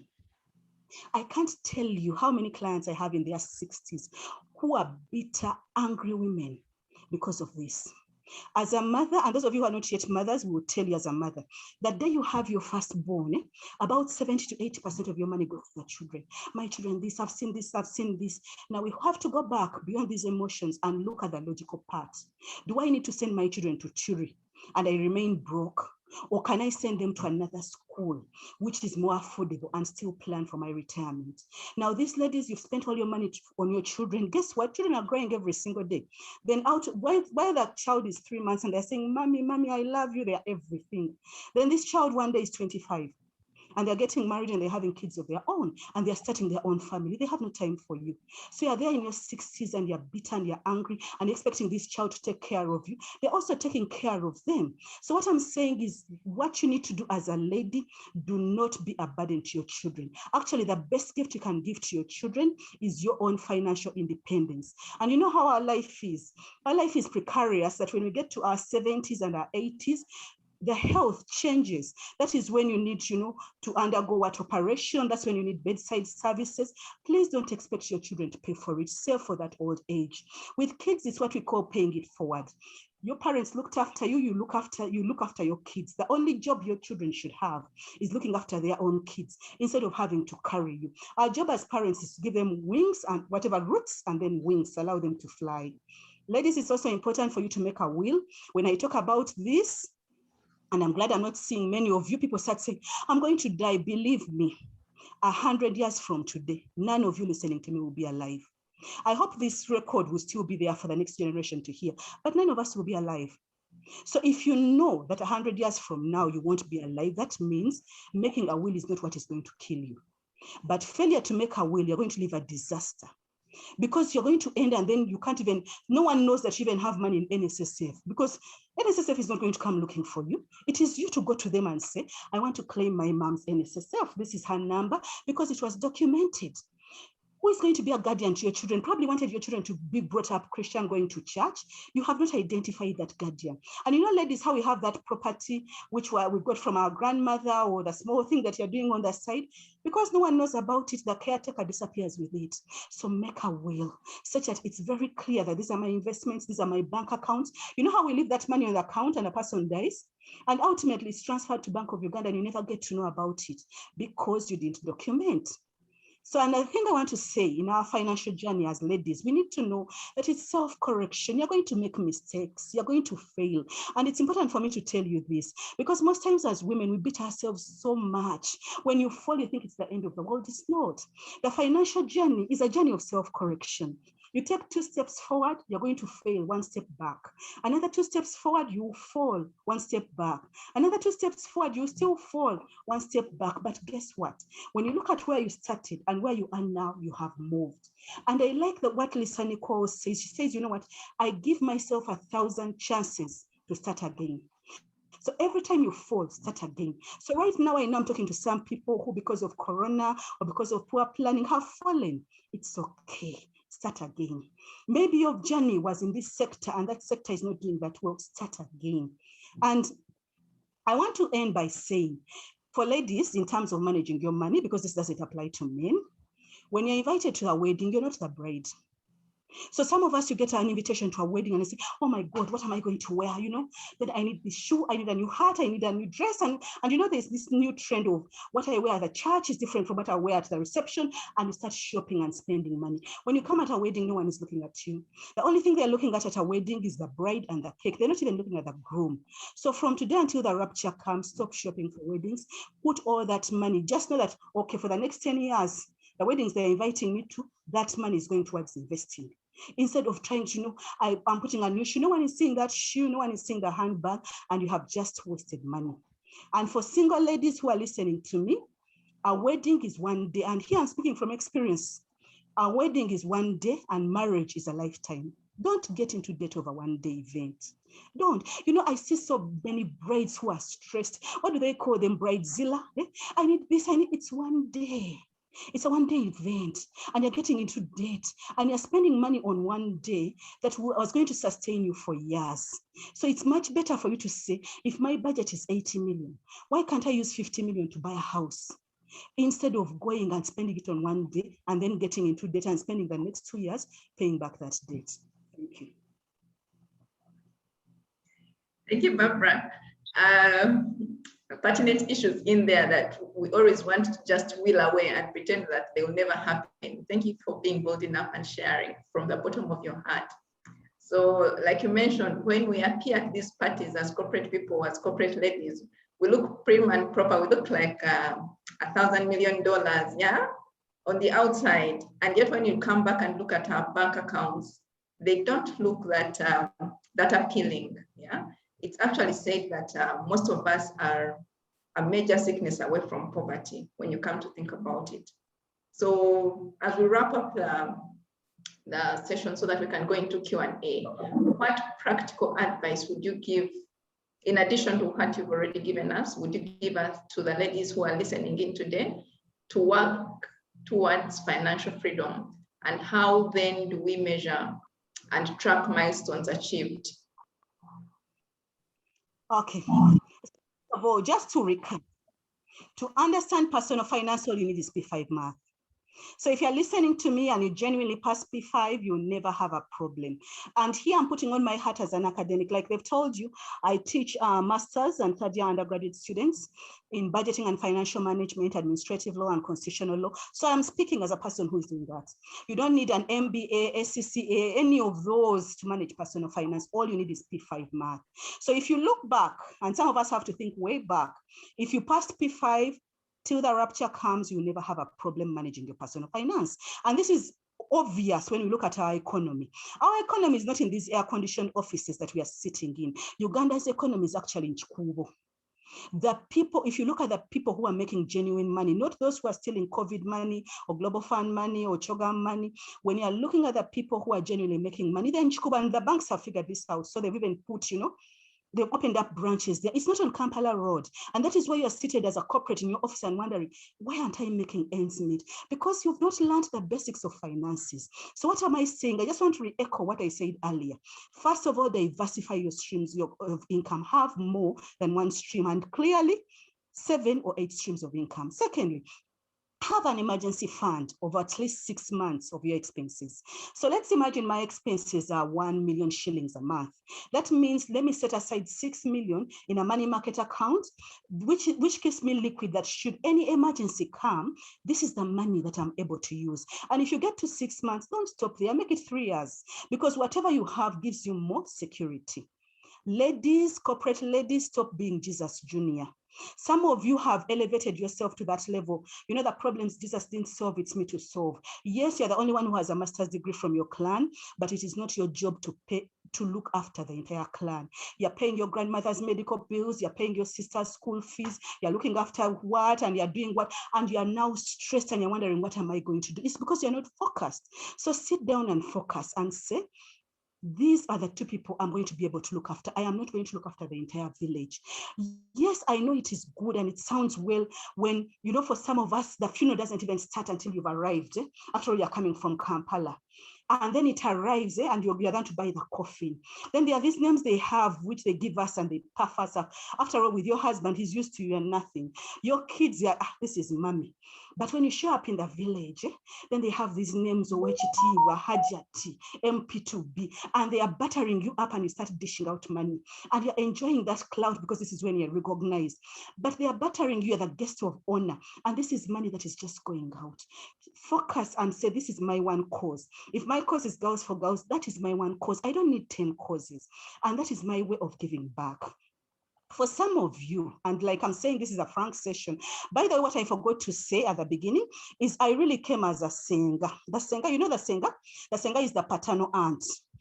The singer is the one who says the things that your parents are fearing to tell you. You know, when your parents are fearing to tell you this, they send you to the singer and she tells you. So today I'm here as a financial singer to talk about all those things, people don't want to talk about, but we need to know as ladies. So never lend money, you're not a bank. So some people listening to me have elevated themselves to a level of a bank. Everyone is coming to you. I want money, I want this, I want this. You have to remind yourself there is a job for a bank, and that is why banks exist. Their job is to lend money. So you don't lend money, you give. What does this mean? If someone comes to me and they want to borrow 100,000, and I give them this 100,000, first of all, they won't pay it back. I'm losing my money, but also I'm also going to lose the relationship. So the friendship ends. So how do I go around this situation? Someone comes and they want to borrow 100,000. I give 10,000 because when I lend them money and I see them buying a new shoe, I'm going to say, can you believe she's buying a new shoe instead of paying back my money? But when I give, it's like I have given. And there's that thing, you don't feel anything bad when you have given because it's a gift. And I also want to talk about giving to charity. This is so important.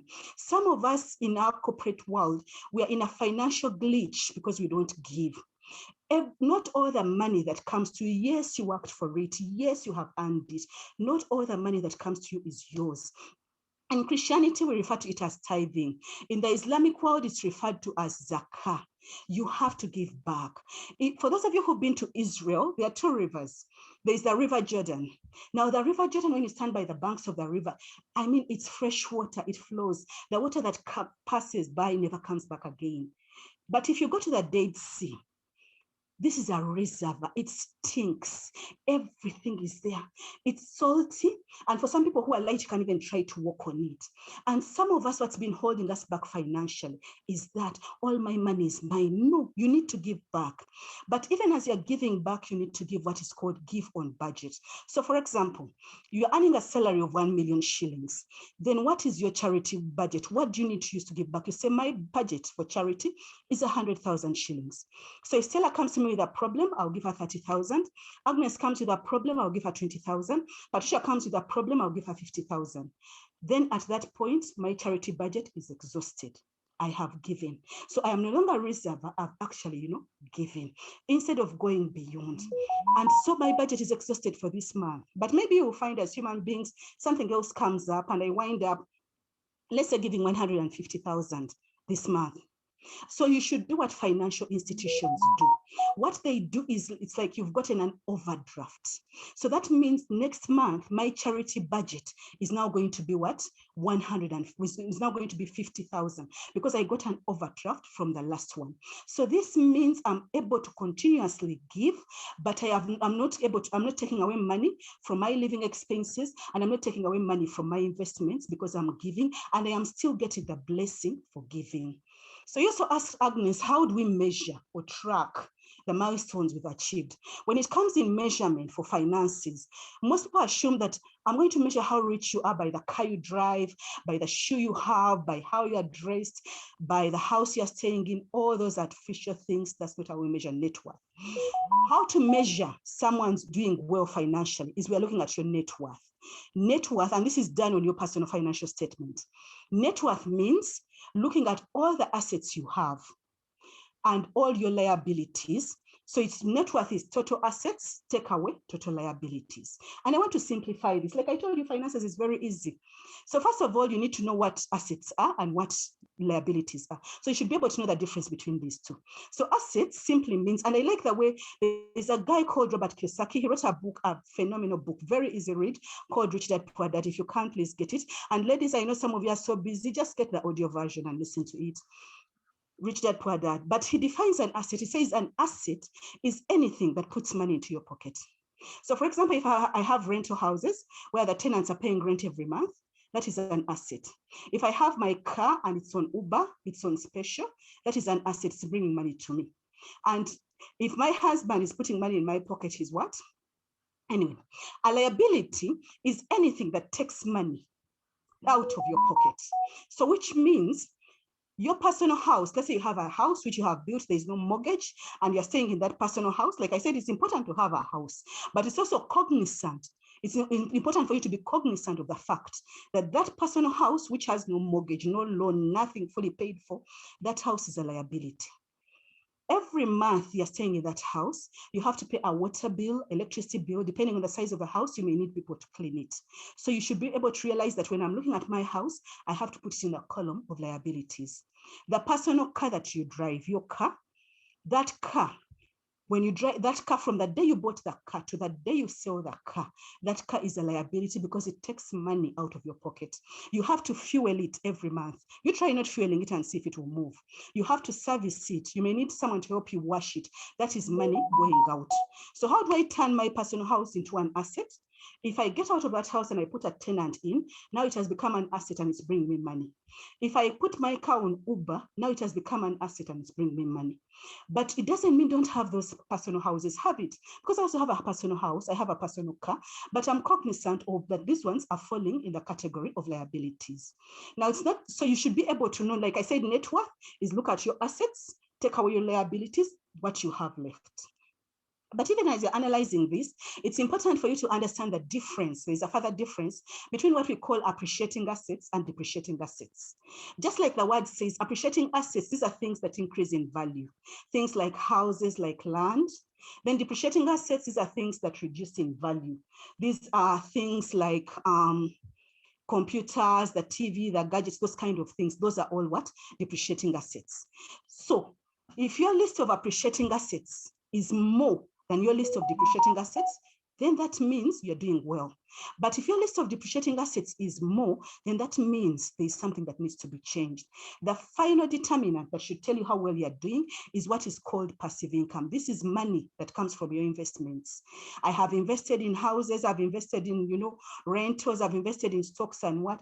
If you add that money, for example, if I'm earning a salary of 1 million and my investments are giving me 200,000, then that means I cannot afford to quit this job. But if my investments are giving me like 1.5, that means I can walk away from this job and do well. So your passive income tells you where you are today. Thank you. Thank you so much, Barbara. Flowers for you, Barbara. If there's anything we can take away from this is that after here, we go and build our angels and learn how to calculate our net worth and track it, and also track our passive income. And a few years from now, we'll be completely different people on our financial wellness journey. So thank you, Barbara. And at this moment, I would like to move to Stella to take us through the Q&A session. And then we'll get back to Barbara to give us her closing remarks and tell us about the financial coaching services that she offers, given that there's an interesting statistic I came across that about 56% of Ugandans get financial advice, investment advice from family members, who are not financial experts. So we definitely need that financial coach. So Stella, over to you. Thank you so much, Agnes. And thank you so much, Barbara, for such eye-opening, direct remarks. My goodness. And in Girls for Girls, we throw to you flowers. So flowers to you, Agnes, and flowers to you, Barbara, for such an amazing conversation. Today, we have been talked to directly. We are not Jesus Jr., we are not the bride, okay? And there are so many questions that are coming in, and we've been able to capture all of them. And Barbara has been able to answer most of them. So I'm going to go over them fast and furious and relay them back to Barbara. Thank you so much, the audience, an active audience who've had such many amazing comments in the chat room as well. So let's go into shares. People are asking Barbara, how do I buy shares? And the first question is from Molly, who says, where do I start in Uganda? How do we buy shares? Stacy is also asking the same question. How do we get into the stock exchange? And then Ruke is asking, where do I get information about shares? And closely related to that is treasury bills. How do we get into the investment of T-bills and T-bonds, especially when we have a low income? Barbara? Okay. Thank you so much, Stella. This is very easy. I told you personal finance is so easy. So for shares, and I'm so glad all of you are, tech savvy, just go immediately after here, go to Google, type in Capital Markets Authority, or type in Uganda Stock Exchange. They are going to give you the number of brokers. I think we have like 4 brokers who are authorized to buy the shares for you. And all you need to buy shares, because the first thing they need to know that you're serious. So the first company that you're buying, they'll tell you to buy 100 shares. Let me give you an example. So you need to buy 100 shares to be serious, to show how serious you are. So right now, the shares of Stanbic Bank are 27 shillings. So if you're buying 100 shares, that will mean 27 times 100, which is 2,700. It's less than your taxi fare to town. And you're there. So it is the best way to invest, and even your kids should start. So you need a passport photo, you need just to open an account. Just go to Google, Capital Markets Authority, or Uganda Stock Exchange. Very, very easy and straightforward. Then how do you buy treasury bills? I hope you have a bank account, because you're going to find most of the commercial banks in Uganda are licensed to buy treasury bills for you. You just need to go to your bank tomorrow morning and tell them, I'd like to buy treasury bills or treasury bonds. They're going to do that for you. It's no magic. It's very, very easy. And how much money do you need to start? It's 100,000. That's it. And you can buy a treasury bill for 3 months, for 6 months, for 1 year. I would recommend you do better. Buy a treasury bond for 2 years, or even one for 10 years. Because like I said, we are going to die at 90. Thank you. Thank you so much. It's so easy, isn't it? Just get in there, and with your 50,000 shillings, 100,000 shillings, you can actually become an investor. Thank you so much for simplifying that for us, Barbara. Okay, so Ninette is asking, you've mentioned about having different types of people who bring different types of capital, what we call angels. But how do you choose a mentor, a financial mentor and a career mentor? Barbara. Okay, first of all, when you're choosing a mentor, you need to get someone who has time. Many of us would sit there and, for example, I would sign and say, I want to be mentored by Michelle Obama. She doesn't have time for me. So in other words, the kind of mentoring I'm going to get from her is by reading her books, by following her, that's as much. But next to you, you'll find that in the very place that you're working, there is someone who is 1 or 2 levels above you. So if you're looking in career mentoring, don't think that the CEO is going to mentor you. They don't have time for you. But just look at the level of your supervisor or someone above, that person can be able to mentor you. And what I've found that successful people always want to give back. I think that's the spirit I'm seeing in Girls for Girls. These are ladies who've come and they're at the top of their field in different places, and they're giving back to the next generation. The problem is unsuccessful people don't want to give back, but successful people always want to give back. So look at someone who is 1 step or 2 steps ahead of you. That should be your mentor. In terms of finances, look at someone who is doing well. Don't look at their dress, don't look at their house, don't look at their car. Look at their financial statement, because that's what tells that whatever the story. If you buy a house, if you buy investments, you're not going to come and announce that, yesterday I bought a house, yesterday I invested in stocks. No, people don't announce. It's reflected in their financial statement. So the person who is already doing well in their finances, that's the person who's qualified to what? To advise you. So even then, don't look for someone who appears, because we have a lot of that artificial appearance, but look at someone and say, this person gets their money. We can see that, it's working for them. Those are the people who should be your financial people. And when it comes to mentors and advisors, they're everywhere. You don't need to start with whatever people who you cannot approach. The thing I'll say about mentoring, you have also to be a person you have to be a great mentee. If I'm mentoring you and I give you an assignment and you don't get back to me, the mentoring session is over. So you also have to be ready to say, when they give me this, I'll show up. When they do this, you're meeting your mentor halfway. And I'm sure Girls for Girls probably has a mentoring guide that can guide people into all that. That would be enough that could help you in that session. Thank you.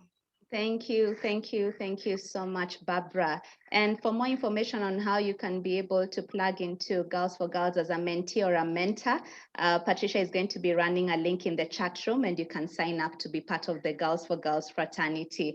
Barbara, Financial Senga, thank you for simplifying things. We are really having fun in those responses. Now, there's so many mothers on the call, and Christine is asking, you've mentioned education is a silver bullet.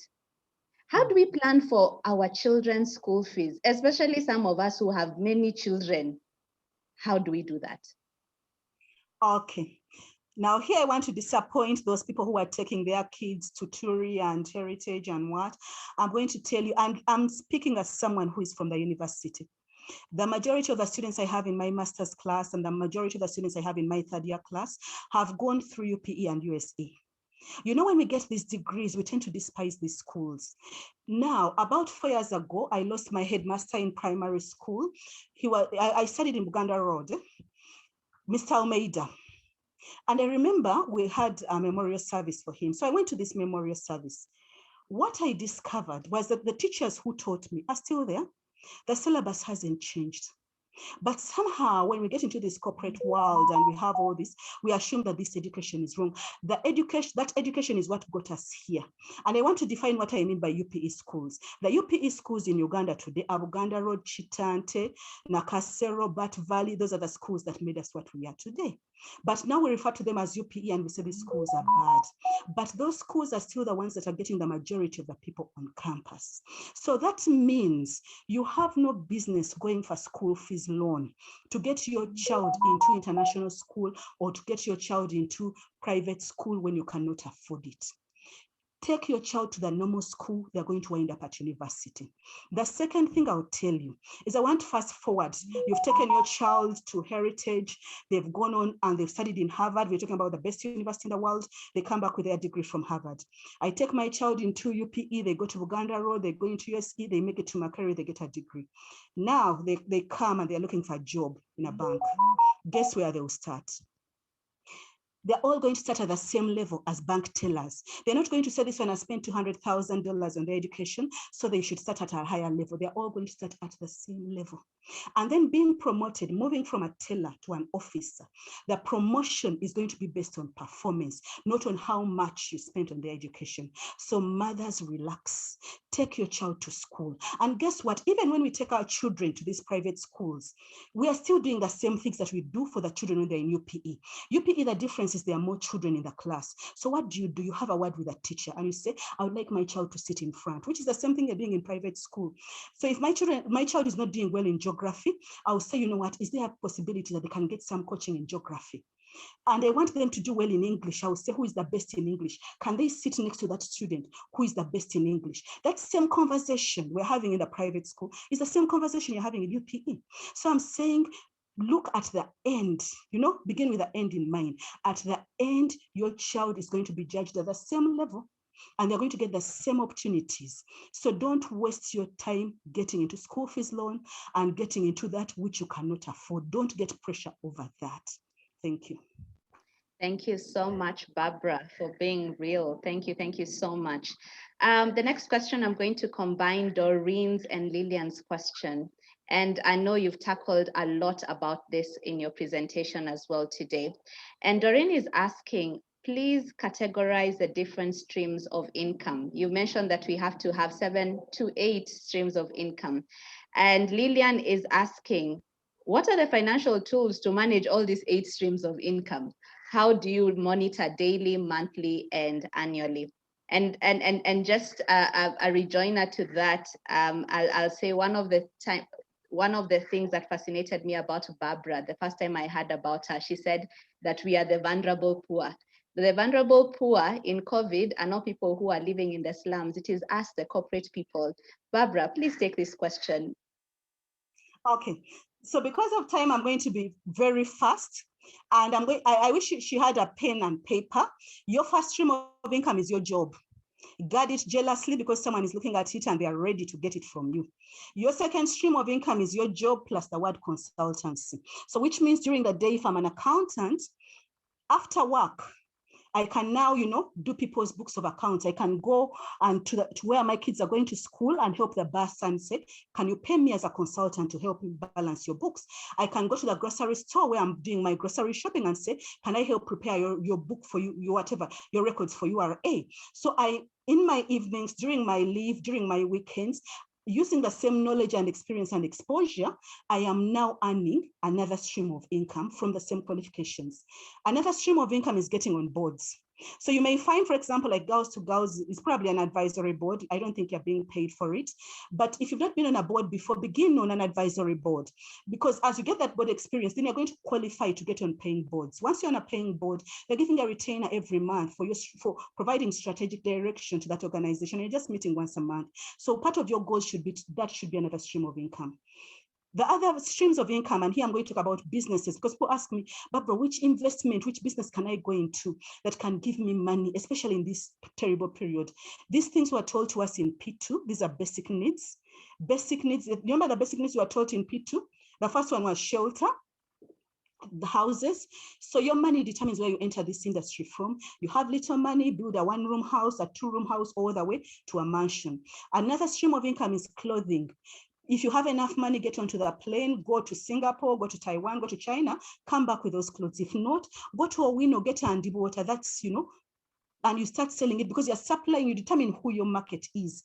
But clothing, everyone puts on clothes. Like right now, I'm sure all of you are dressed. That means the person in the clothing industry is making money. Food, as human beings, we need to eat. That's another basic need.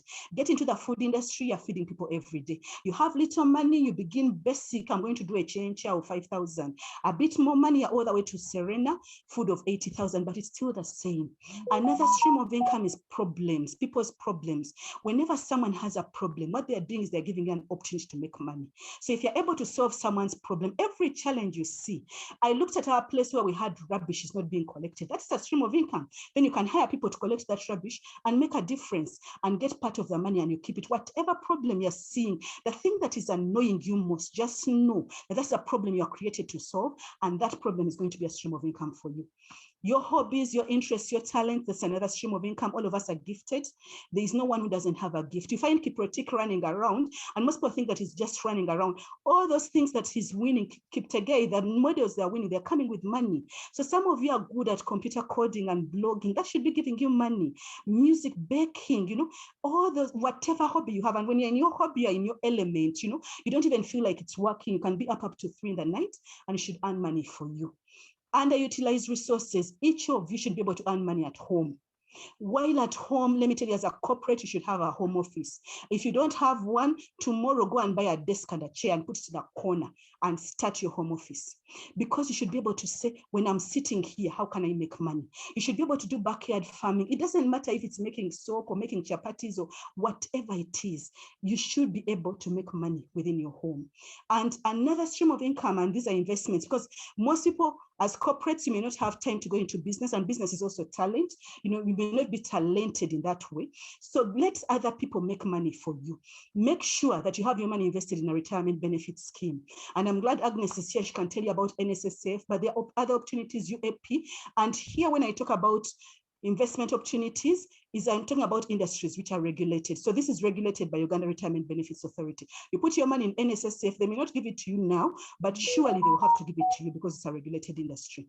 Investment clubs and circles, these are regulated by Uganda Microfinance Regulatory Authority. In an investment club, you're able to work as a team. You know, instead of trying to go at it alone, you have other people and you enjoy what we call economies of scale. So you're coming together and you're able to do bigger projects than you do on your own. Treasury bills, treasury bonds, like I've said, this you can get through your commercial banks, and this is regulated by Bank of Uganda. This is one of the easiest ways to make money. I mean, you buy a 10-year bond, you're getting 17%. A 2-year bond, you're getting 11%. This is easy money to make. Stocks and shares, this I already alluded to. You're buying shares of whatever, of Umeme, 220,000, Stanbic, 27 shillings. I mean, very easy money, just putting your money, it's your money working for you. And it's also regulated by Capital Markets Authority. Then you also could, another stream is putting your money in a money market or mutual funds. This makes money for you on a daily basis. While you're keeping your money in a current account, it's losing value through, you know, those, you know, bank charges. Here it's making money for you on a daily. I also talked about insurance. This is regulated by the Insurance Regulatory Authority. This is giving you the peace of mind, and it's ensuring that whatever it's going against any issue that may come. Like I've told you, to me, I went for my kids' school fees, and you can also have a life policy, whatever policy you choose, but this gives you that peace of mind. And finally, I want to talk about annuities. This is especially important for corporates. When you retire, which you all do at 55, whatever, instead of putting all your money, like we said, you diversify, put your money in a part of it, at least 10% or 20%, let it go into annuities. This means that you keep earning a salary until the day you die. So it keeps giving you that money until the day you die. Thank you so much. Thank you so much, Barbara. And you really answered a big chunk of the last question. And the last question is from Josephine and Lisa. And this is the latter part of our year, the 40 years that you talked about. And the first question from Josephine is, how do you write a will? And Lisa was asking about retirement. You said that the first day we take our jobs, we should be planning for retirement. Doesn't NSSF do that for us? That's the first question. Number two, then what are the other options, which I think you have alluded to?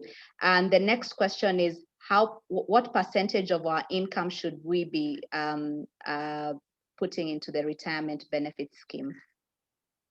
And as you answer that question, Barbara, Rebecca is saying that she has done side work before, but her employers have discouraged her. In fact, she's narrated a very nasty experience.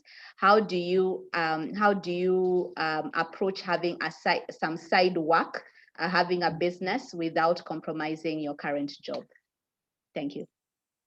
And maybe I'll start with that one. You remember earlier when I told you that you have 24 hours in a day? So probably what she was doing, she was stealing from the employers. And by the way, many of us corporates are guilty of stealing. If during the 8 to 5, when you're supposed to be working for your employer, because that's the contract you have, that 8 to 5, take away lunchtime, I'm going to be doing your work. So if during that time you're supposed to be working for your employer, you're doing someone else's work, it is called stealing.